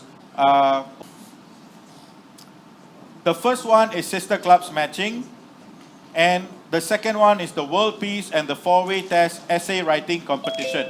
Now we're going to do it topic by topic. We're going to do a wrap-up to make sure that everybody doesn't get everything mixed up. And before I pass it on to DRR Joshua to say a few words, I would actually like to congratulate the Rotaract team, DRR Lee Kun and Joshua, for successfully hosting the first virtual APRRC, which was held yesterday. So please give them a big round of applause. Now, Joshua, I'll pass it on over to you. Thank you, Niraj. A very good morning to all the respected Rotary leaders for spending your Sunday morning with us here today. My name is Joshua, and I'm the incoming District Road Track representative from Road Track Club of Ampang. And today I'll be talking about sister club matching. So before we start, I just want to ask all of you a very simple question. What is one thing that you really miss during this pandemic? And I believe I can say for all of us that the one thing that we miss the most is traveling. So that is the situation that we are all in right now. The current situation does not allow for us to travel, and with that, we are missing so much of the physical essence of connecting, of bonding, of fellowship with our fellow Rotaractors, Rotarians from all over the world. But it's funny how the members of the Rotary family always sees opportunities in these problems. And with that, what opportunities that we have seen is that there is an advancement in technology, and there is also a need to fill that fellowship gap. So, another very simple question. What is the one application that you've been using a lot during this pandemic? I don't think it's TikTok. Zoom. It's Zoom, correct. And for all of you that are watching us here right now in Zoom, that is what we are doing. So what we want to do and what we want to present today is to encourage participation through international understanding using the technologies that are present in the market today, like Zoom. So what are some of the benefits that it will bring to the Road Track clubs and the Interact clubs? There's definitely a bunch of benefits, but one of it is that we get to initiate joint projects to impact more lives. And how we can achieve this is by exchanging ideas, building relationship. And there's this quote that I really like, which is to think locally and to act globally and to impact more lives. So some of you may know that in 2022, Rotary International will be allowing road track clubs to apply for global grants. So with that, isn't the best time to act now? I think so. So on that note, what the District Rotary Road Track Joint Committee will be providing is that we're going to streamline all these processes. We're going to assist in the matching. We're going to connect with the districts worldwide, get buy-in from counterparts, circulate the list of clubs who are interested in a sister club partnership. And all the road track clubs and the Interact clubs need to do is very simple. It is just to choose from the list provided, to initiate contact, to sign the sister club agreement, and have at least 2 joint virtual meetings. And last but not least, it is to organize at least 1 joint project. Throughout my years in Road Track, I've seen a lot of creative projects that are being run by Rotary, Rotaract alike. And I believe this is an easy task for all of us to do. Now, before I pass the floor to Niraj, I just want to say that I have made some observations yesterday. This is a very close to heart observation that I made, and it really disappoints me to say this. So, as some of you may be aware, yesterday was our first ever virtual Asia Pacific Regional Road Track Conference. And Malaysia actually won the bid 2 years ago, and we were the hosting country of such a big scale international event. But it really pains me to say that there were less than 30 members, 30 road tractors that actually attended the virtual conference. We have 35 road track clubs in the district. What this means is that we have less than 1 road track from each club joining the virtual conference. For such a big scale international event, and it's free, it really pains me for the effort that was given into this big scale international project to see such little support from the local Rotractors. So I urge all of you Rotary leaders to please give your support to really urge your Rotractors, your interactors, to be more proactive in district events and also international events. This will be accomplished with the help of both Rotract leaders and the Rotary leaders. It can't work and it can't be successful without any one of us. So with that, thank you for your time. I'll pass the floor to Niraj to continue on from here. Thank you. Okay, as you heard, ladies and gentlemen, I would actually like to now pass on to the other two members of our team to actually share their views and opinions on the Sister Clubs topic. Gentlemen? Okay, my dear presidents, as you are not aware at the moment, but starting from the year 2022, there will be grants available for you to apply. So in order to apply, you have to make sure that your host club, the Rotary Club which you belong to, has a sister club. So you have to work with your presidents and your Rotary chair to get those grants approved. Anything else, Manzi? Okay.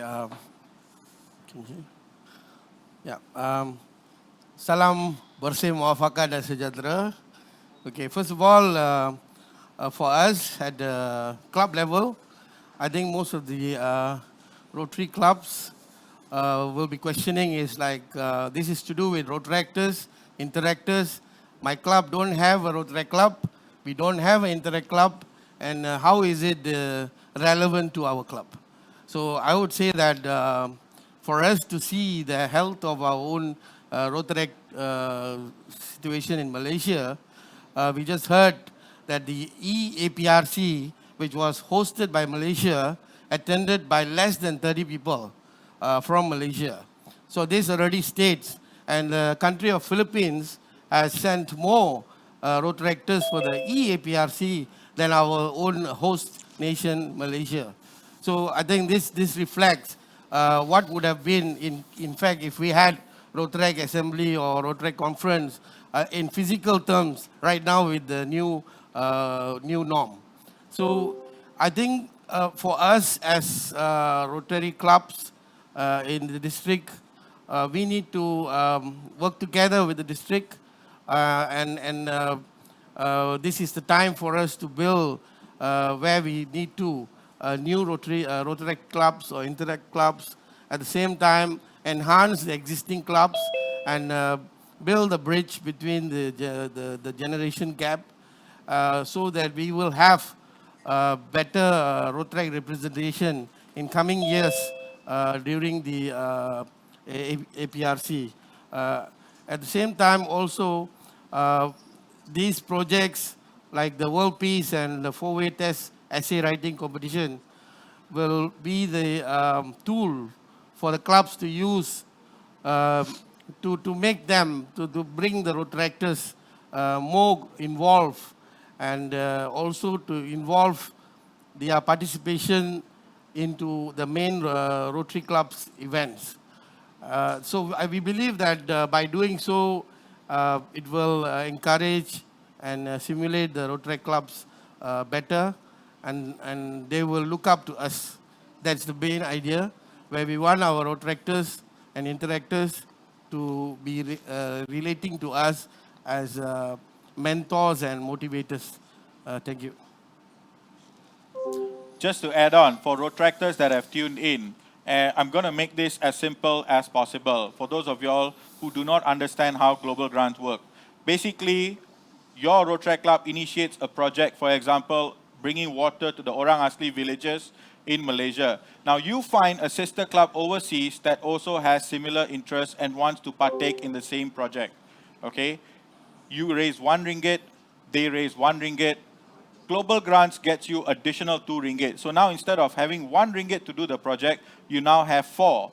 And that does not include the support from your Rotary Club if they too are interested in a similar project. So potentially your 4 ringgit from 1 ringgit can become 10 ringgit, 12 ringgit, 20 ringgit with the Rotary resources. What I'm trying to say is it's a good opportunity for Rotary and Rotrac to work together to share resources and do things bigger. Okay, so that concludes our session on the sister clubs. And now I'll move on to the World Peace and 4-Way Test essay writing competition, which is also very beneficial for the youth tuning in right now. Now, the idea is very simple, to encourage youth and young adults to understand what world peace is all about. Now, this is targeted not just at current Rotractors, but it's also a good way for Rotractors to reach out to their peers and get them involved, because we want to build membership as well. So to help promote the 4-way test as a credo and a benchmark, the 4-way test is very simple, but how many of us actually apply it in our daily lives? Now, I think we should, and for those of you all that are already doing it, well done. It's open to anyone in various categories from the ages of 17 to 22, to involve college, university, SPM, SPM school leavers, STPM and students as well, to expose participants and others to Rotary, Rotrac and the Interact family, and also involves attractive prizes in terms of university scholarships, and clubs can assist in the sponsorships. Now, the idea is to have a couple of categories, let's say from the 1st place to the 5th place, and to help people who participate in this essay writing competition to help pay off their tuition fees during this pandemic. Some of your parents may have lost their jobs, and also this is a good way to actually get a break. On top of that, to encourage new members to join. So Rotary clubs that currently have education funds, please reach out to us. You can actually sponsor a person and set the criteria for them, for example, to join a Rotrac club or Interact club that your club is sponsoring. So it's easy. Everything has been made simplified to make sure total participation from all categories. And like I said, a family that plays together stays together. So we want to make sure we do fun activities to encourage future membership. Any thoughts, Joshua and IAGs? Yes, presidents, it is all in your hands. You have to work with your Interact chair to make this project a successful project, okay? We have shown the way, please do it. I would say no man is an island, no one club is to be left isolated.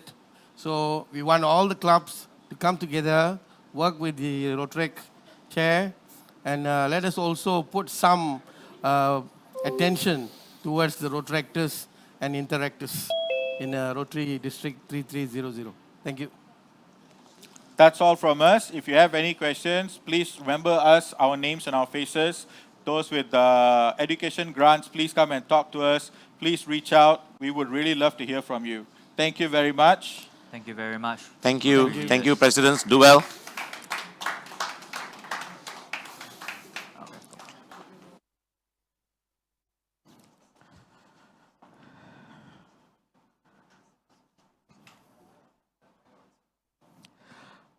That was interesting. Thank you so much.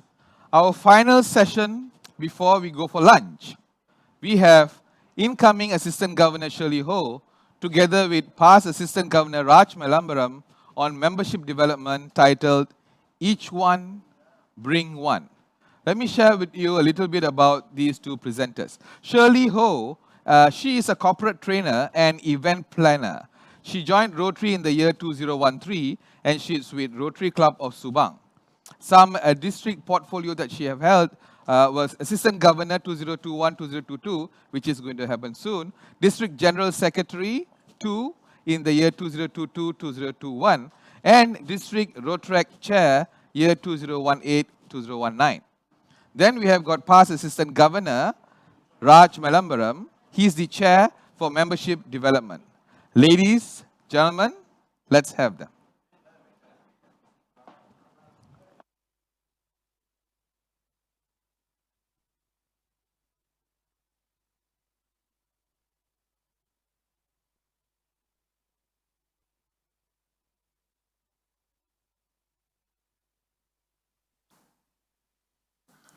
President-elect, leaders, and my fellow Rotarians. How are you today? And myself, Raj Malabram, and this is my climbing partner for today, incoming Assistant Governor Shirley Ho. Yesterday, we heard our incoming governor who shared with us the vision for Rotary year 21-22. So do you remember the vision? Dream big, grow more, do more, serve to change lives. And we also heard an inspiring speech from our Rotary International incoming President Shekhar Mehta, who spoke about goals, achieving goals. And it was very inspiring to hear him talk about football. You know, many of us like football. And he said 20 men chase the ball, dribble the ball, and their goal is to reach the goal and to score the goal. So what's our goal for membership in 2021-22? That's what we're going to share with you today. All right? So Shirley, please introduce the first goal. Yes.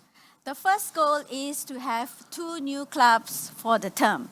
Now, 2 new clubs in the whole of our district is definitely achievable. Don't you agree with me? And when I tell you especially on the type of clubs and the options that you have, in terms of the type of clubs that you can build, getting 2 new clubs is actually very, very easy. Now, the first type is what all of us, most of us at least know, which is the traditional clubs. Now, in a traditional club, like most of our clubs, we have a board of directors, we have our bylaws and constitutions, we meet regularly, and also it requires a minimum of 25 members to form such a club. Now, if that is too difficult to do, we have other options to be considered. Now, the other option, and the one that works very well in our current term, is satellite clubs. Now, satellite clubs only require minimum 8 members to form a club. And satellite clubs are more flexible in terms of the meeting timings and also where they meet. And also the good thing about satellite clubs is you don't need to be registered in ROS yet until they come to a level where they can then be a full-fledged club. Now, in our district, in this current term itself, we have already formed 6 satellite clubs, and that has contributed significantly to the membership growth in our district. So yeah, that's an option for you to consider. Now, if you don't want satellite clubs, we have even what we call a cause-based clubs. Now, if you know a group of people who share a common cause, a very good example would be the Rotary Club of Raman Putra. They came together because all of them share one common cause, which is badminton. And they use that common cause to serve back to the community. And they're doing very well. They have more than 40 members right now and growing. If cause-based club is not an option to consider, you have alumni-based clubs. Now, if you know of ex-participants of our RILA programs, our Rotary Foundation programs, gather them together because they're all like-minded. They were together once in our programs. Bring them together and form a club. Knowing that they all share a common interest, then they're able to use that as a platform to use it back to, give it back to Rotary and also to serve the community. And if that is even not an option, we even have the e-clubs. Now, e-clubs, primarily, they meet online. This is so suitable, especially when you have people who are traveling very often. They are here and there and everywhere. Or even if you have members who are based not where you would, in your locality, this is a very good option to consider. Now, when you have such choices there, really, 2 new clubs, I think you can go more than 2 new clubs. Don't you agree with me, Raj? I agree with that. We did it this year, this Rotary year, with 4 traditional clubs and 6 satellite clubs. Yeah? And with the additional ideas that Shirley gave on the e-clubs, which is a new norm now, everything is e. So why not? Especially for the youngsters. You know, Rotary, we are giving them a platform online to come and form a club and benefit from the membership. And the other will be the alumni, ex-Rotractors, ex-Rotarians, all right? So it's a good opportunity. Yes, two is achievable, all right? But let's not stop with 2, yeah? Let's not stop with 2. 2 is the minimum goal, yeah? So let's look at the next one. The next one is a net gain of 200 plus members. Now, how do we achieve net gain of 200 plus members? Don't you agree with me? When we have increased membership, that will position your club to do more effective service project. All of us know that, right? And that's why there's that saying, new broom sweeps clean. Now, I'm not saying we don't need the old brooms, all right, because we definitely need them still. But when you have new members, they bring in that fresh breath, they give us that new ideas, they give you that different perspective to doing things. And that's why we need that. All right? And yes, I'm not saying that bringing in or attracting new members is easy, but what I'm saying is it will be definitely worth your effort. Why? Because the benefits are just tremendous. I can just quote you 2 benefits, all right? The first one is it's going to ease the burden of your current members. I mean, seeing the same old faces at every project and every activity of the club can be quite strenuous. Don't you agree with me? Now, when you start seeing new faces, when you start seeing younger members, especially in clubs where the members are more senior, or when you see more women, you know, that just brings that excitement back to the club, not only in terms of the type of projects that they'll be doing, but it just rejuvenates the whole spirit in the club. Secondly, when you have increased membership, you are able to form subcommittees. Now, when you have subcommittees or smaller teams within the club is then able to be more focused in what they want to do or in trying to achieve their goals. You know, it's very important that at the end of the day, every member who comes to your club, you're able to match their talent to where it really matters. And you can only do that when you have an increased membership and you are able to be more focused through subcommittees in the club. Don't you agree with me, Raj? Well, I agree. New members bring fresh ideas, fresh resources, and fresh network. Right, but you're going to get a lot of calls from seniors for mentioning that word, yeah? And also, I'd like to remind PEs, yesterday, incoming Governor Bindi also mentioned that her goal is each club to have 2 new members, plus 2, yeah? That's a minimum requirement that she's giving you, minimum 2, irrespective of your club size. I think that's fantastic, achievable, all right? So I'll share with you the next 2 goals, but before I share the next 2 goals, I would like to ask you a question, right? We love television. All of us have television at home, all right? The bigger it is, the better for us, right? And a television, the purpose of the television is not met when it's empty.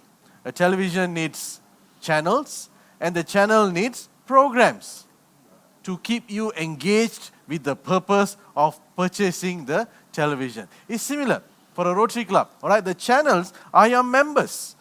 All right, the more channels, the more members you got, the more exciting it is. And the programs in the television are the activities that you do in your Rotary Club, whether it's a meeting, whether it's a fellowship, or any activity or events.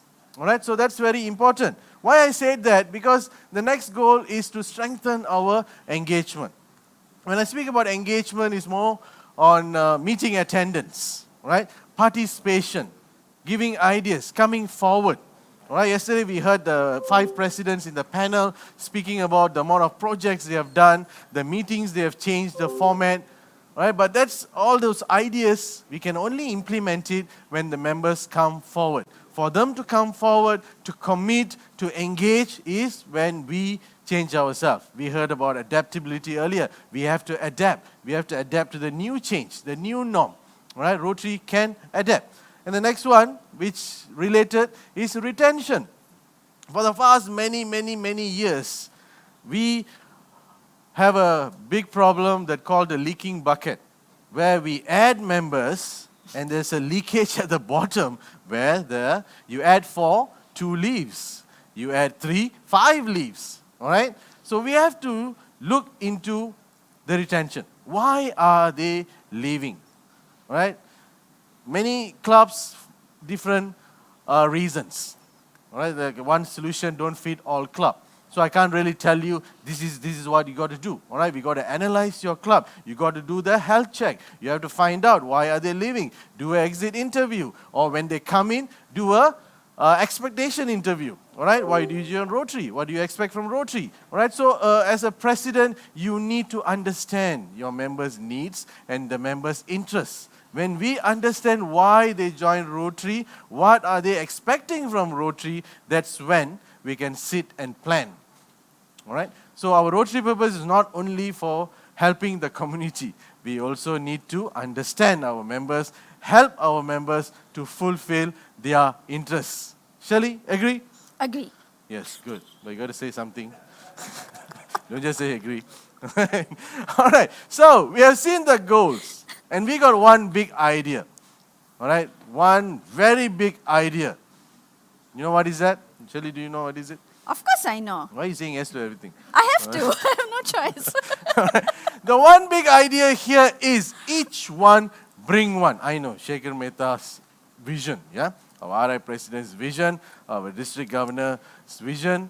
This is also should be your vision, your goal. Each one bring one. Each one bring a friend. Each one bring a neighbor. Each one bring a cousin. All right? As long as you bring one. Easy said, right? Easy said, yeah? Always That's easy. what they're saying, oh Raj, easy said. Yeah, each one bring one. You got 365 days. Yeah, one day I can bring one, yeah? It's possible. But before we say it's possible, we got to plan ourselves. All right, we got to be ready to bring one. So how do we do that, Shirley? Well, the first approach naturally is in education and promotion of Rotary membership, purpose and benefits. It's very important that we need to focus on educating our members first about the purpose and benefits of Rotary. Now, if our own members do not have the pride in Rotary, yesterday we heard about pride of workmanship. Today, I'm telling you, each Rotarian need to have the pride of Rotaryship in them. If you don't have that in them, then how are you going to go out there, attract and bring one to your club? All right, so it starts first with the pride of Rotaryship in each Rotarian. How do we do that? We need to educate our members. There are various ways in which we can do that, which we are going to help you, because like what Raj said, there's no one solution for every club. So we're going to give you a couple of solutions, and then you take the one that best fits your club's culture and demographics. And of course, when I talk about purpose, what is the purpose and benefit of Rotary? Remember what Alvin spoke yesterday about purpose? He said, you need to understand the why. That is so important. So once you know what is your why, then the how and the what comes into being. Of course, the how is when you explain to a new prospect is join Rotary. That's how. And what would be your goals? And it should be one of the goals that every club should be striving is increase club membership. That should be the goal moving forward for every club, regardless whether you're 100 PAX members or if you're a 10 PAX member club. That should be one of your primary goals. That is the purpose here.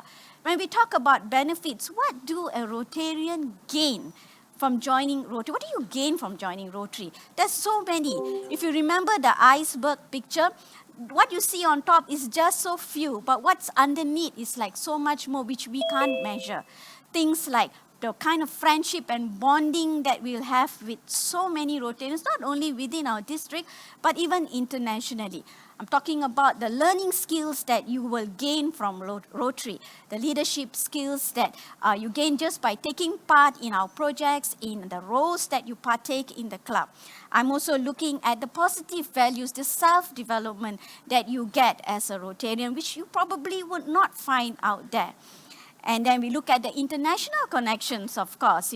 Rotary is an international organization. So, of course, we'll get connected with all the other Rotary clubs, around the world, and it expands our connections. And not to mention, of course, even the business networking that happens within Rotary itself. So, it has to be a win-win situation here. So, every Rotarian need to understand that, when you know that, that's when you are able to share that with the public out there, be it your family member, be it your cousin, as what Raj said, or even your friend out there. You must be exuding the Rotary pride out of you, and that is that attraction factor that would want them to turn around to you and tell you, what does it take for me to join Rotary? That's what you should be hearing from each and every person that you meet out there. Don't you agree with me, Raj? Yeah. Now they think we have planned this, don't you think? Yes, we did, yeah. But yeah, you nailed it, yeah. Education is and promotion is very, very important, all right? There's a saying that it's easy to induct a new member, but it's tough to retain the member. Now, it's very true, right? So we join Rotary, we have many plans, we have many whys, but along the way, it fades away. Or we forget about the purpose, why? All right, so this education is internally first. We want to educate and promote this Rotary purpose and your Rotary benefits to our members first. Once they accept and they agree, then it's easy for them to go out there, tell another person, why did I join Rotary? And these are the benefits I achieved from Rotary. I developed myself, I improved my career, I improved my business. And it helped my family life too. My wife stops yelling at me. She stops beating me up because I've matured. Thank you to Rotary. Yeah, many benefits. Yeah, many benefits. You are right, Shelley. You are right. All right, the next. To support each one, bring one, we would like to celebrate and recognize every new induction and every new member sponsorship. You heard Shekhar Mehta saying yesterday that he will personally welcome every new member. I assume he'll send an email. But our incoming district governor, Dr. Bindi, she said she will call the new member to welcome the new member. Or ask yourself, if a district governor calls you and welcomes you to Rotary, how would you feel? All right? It's a great, inspiring opening or first step into Rotary. We want to create that. We want to create a blast in yourself. We want you to feel floating and flying on your first day in Rotary. The district governor welcomes you. The induction is grand. There you go.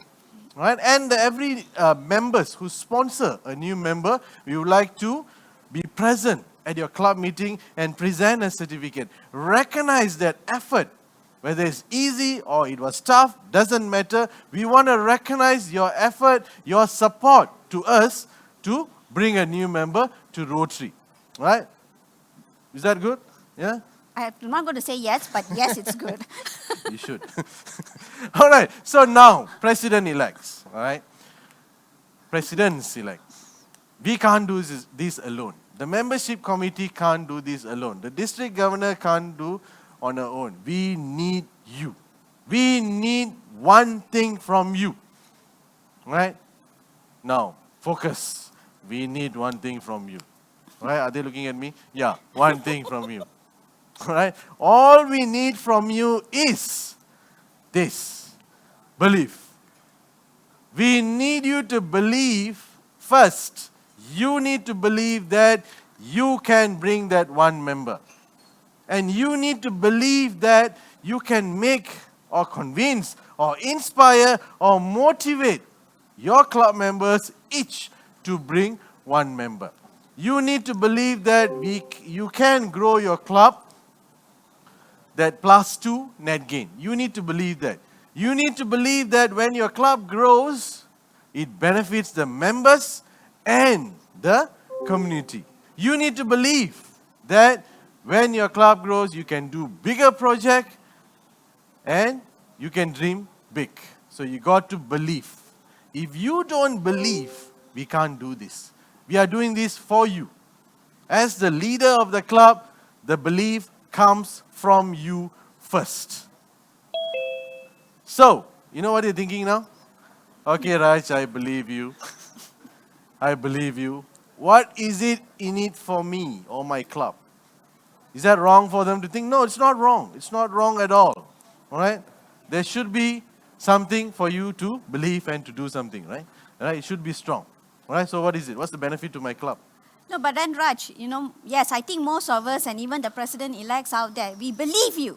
Yeah. All right? But then the pertaining question that's in our head right now is, how do we go back and convince our club members to also believe in this one great idea? That's a good question. Yeah, good question. That's the other thing they're thinking, right? Yeah. So let me tell you, this is what you can tell your members, right? This is what you can tell yourself and tell your members. How it benefits bigger membership. How does it benefit the club? Develop strength of your members and Rotary interests, right? It does. Because Shirley listed down the benefits earlier from leadership, learning leadership skills, business networking, attaining positive values, having friendship, and international connection, right? It develops, it strengthens members' development. That's one, all right? Second, it makes your club attractive. Don't you want guests to line up at your club? And don't you want to give them number to say, come this week, you come next week, all right? That should be our long-term vision, to make our club attractive, online and also in person. We want guests to send us email. I would like to know about you. All right, we want them to send a Facebook message. Your project is fantastic. I'd like to know more about this. So how do we do that? We have to make our club attractive. Then we build bigger resource pool for our club.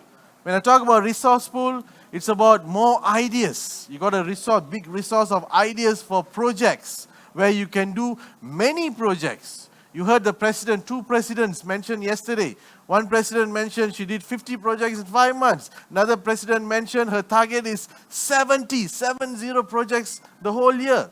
How can we do that? When we have bigger pool. More members bring more ideas. More members bring more hands.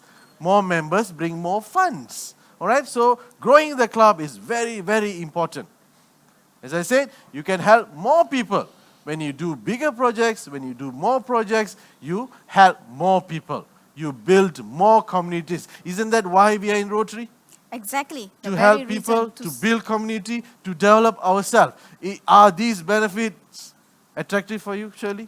I think this itself will be a good basis, at least, I think, for our president-elects to go back and to convince our club members. The reason I asked Shirley, because she's the incoming governor.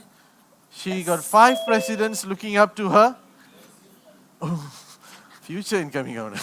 Sorry. Incoming assistant governor, Shirley. She got 5 presidents under her. And she needs to make them believe so that they can bring the belief to the members. Yeah. So, having heard of all this, we understand the goal. We believe you, Raj. We believe you, Shirley. What's the plan? What's the plan? Right? Are you asking that? What's the plan? What's the plan, Shirley? What's the plan? What's the plan? We have to tell them. Right. The plan is to see you in DTA. Yes. And we will tell you what's the plan. All right? So thank you very much. All right? We'll see you in DTA. Yeah, DTA. Okay. No questions, right? Okay. No questions, right?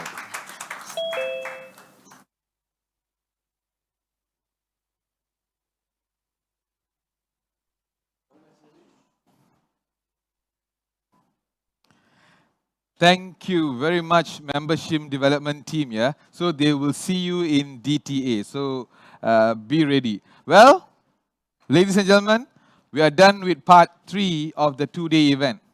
Let's take a break, and we shall connect again after lunch at 1:45 p.m. Remember, use the same link. We will start sharp 2 p.m. See you real soon.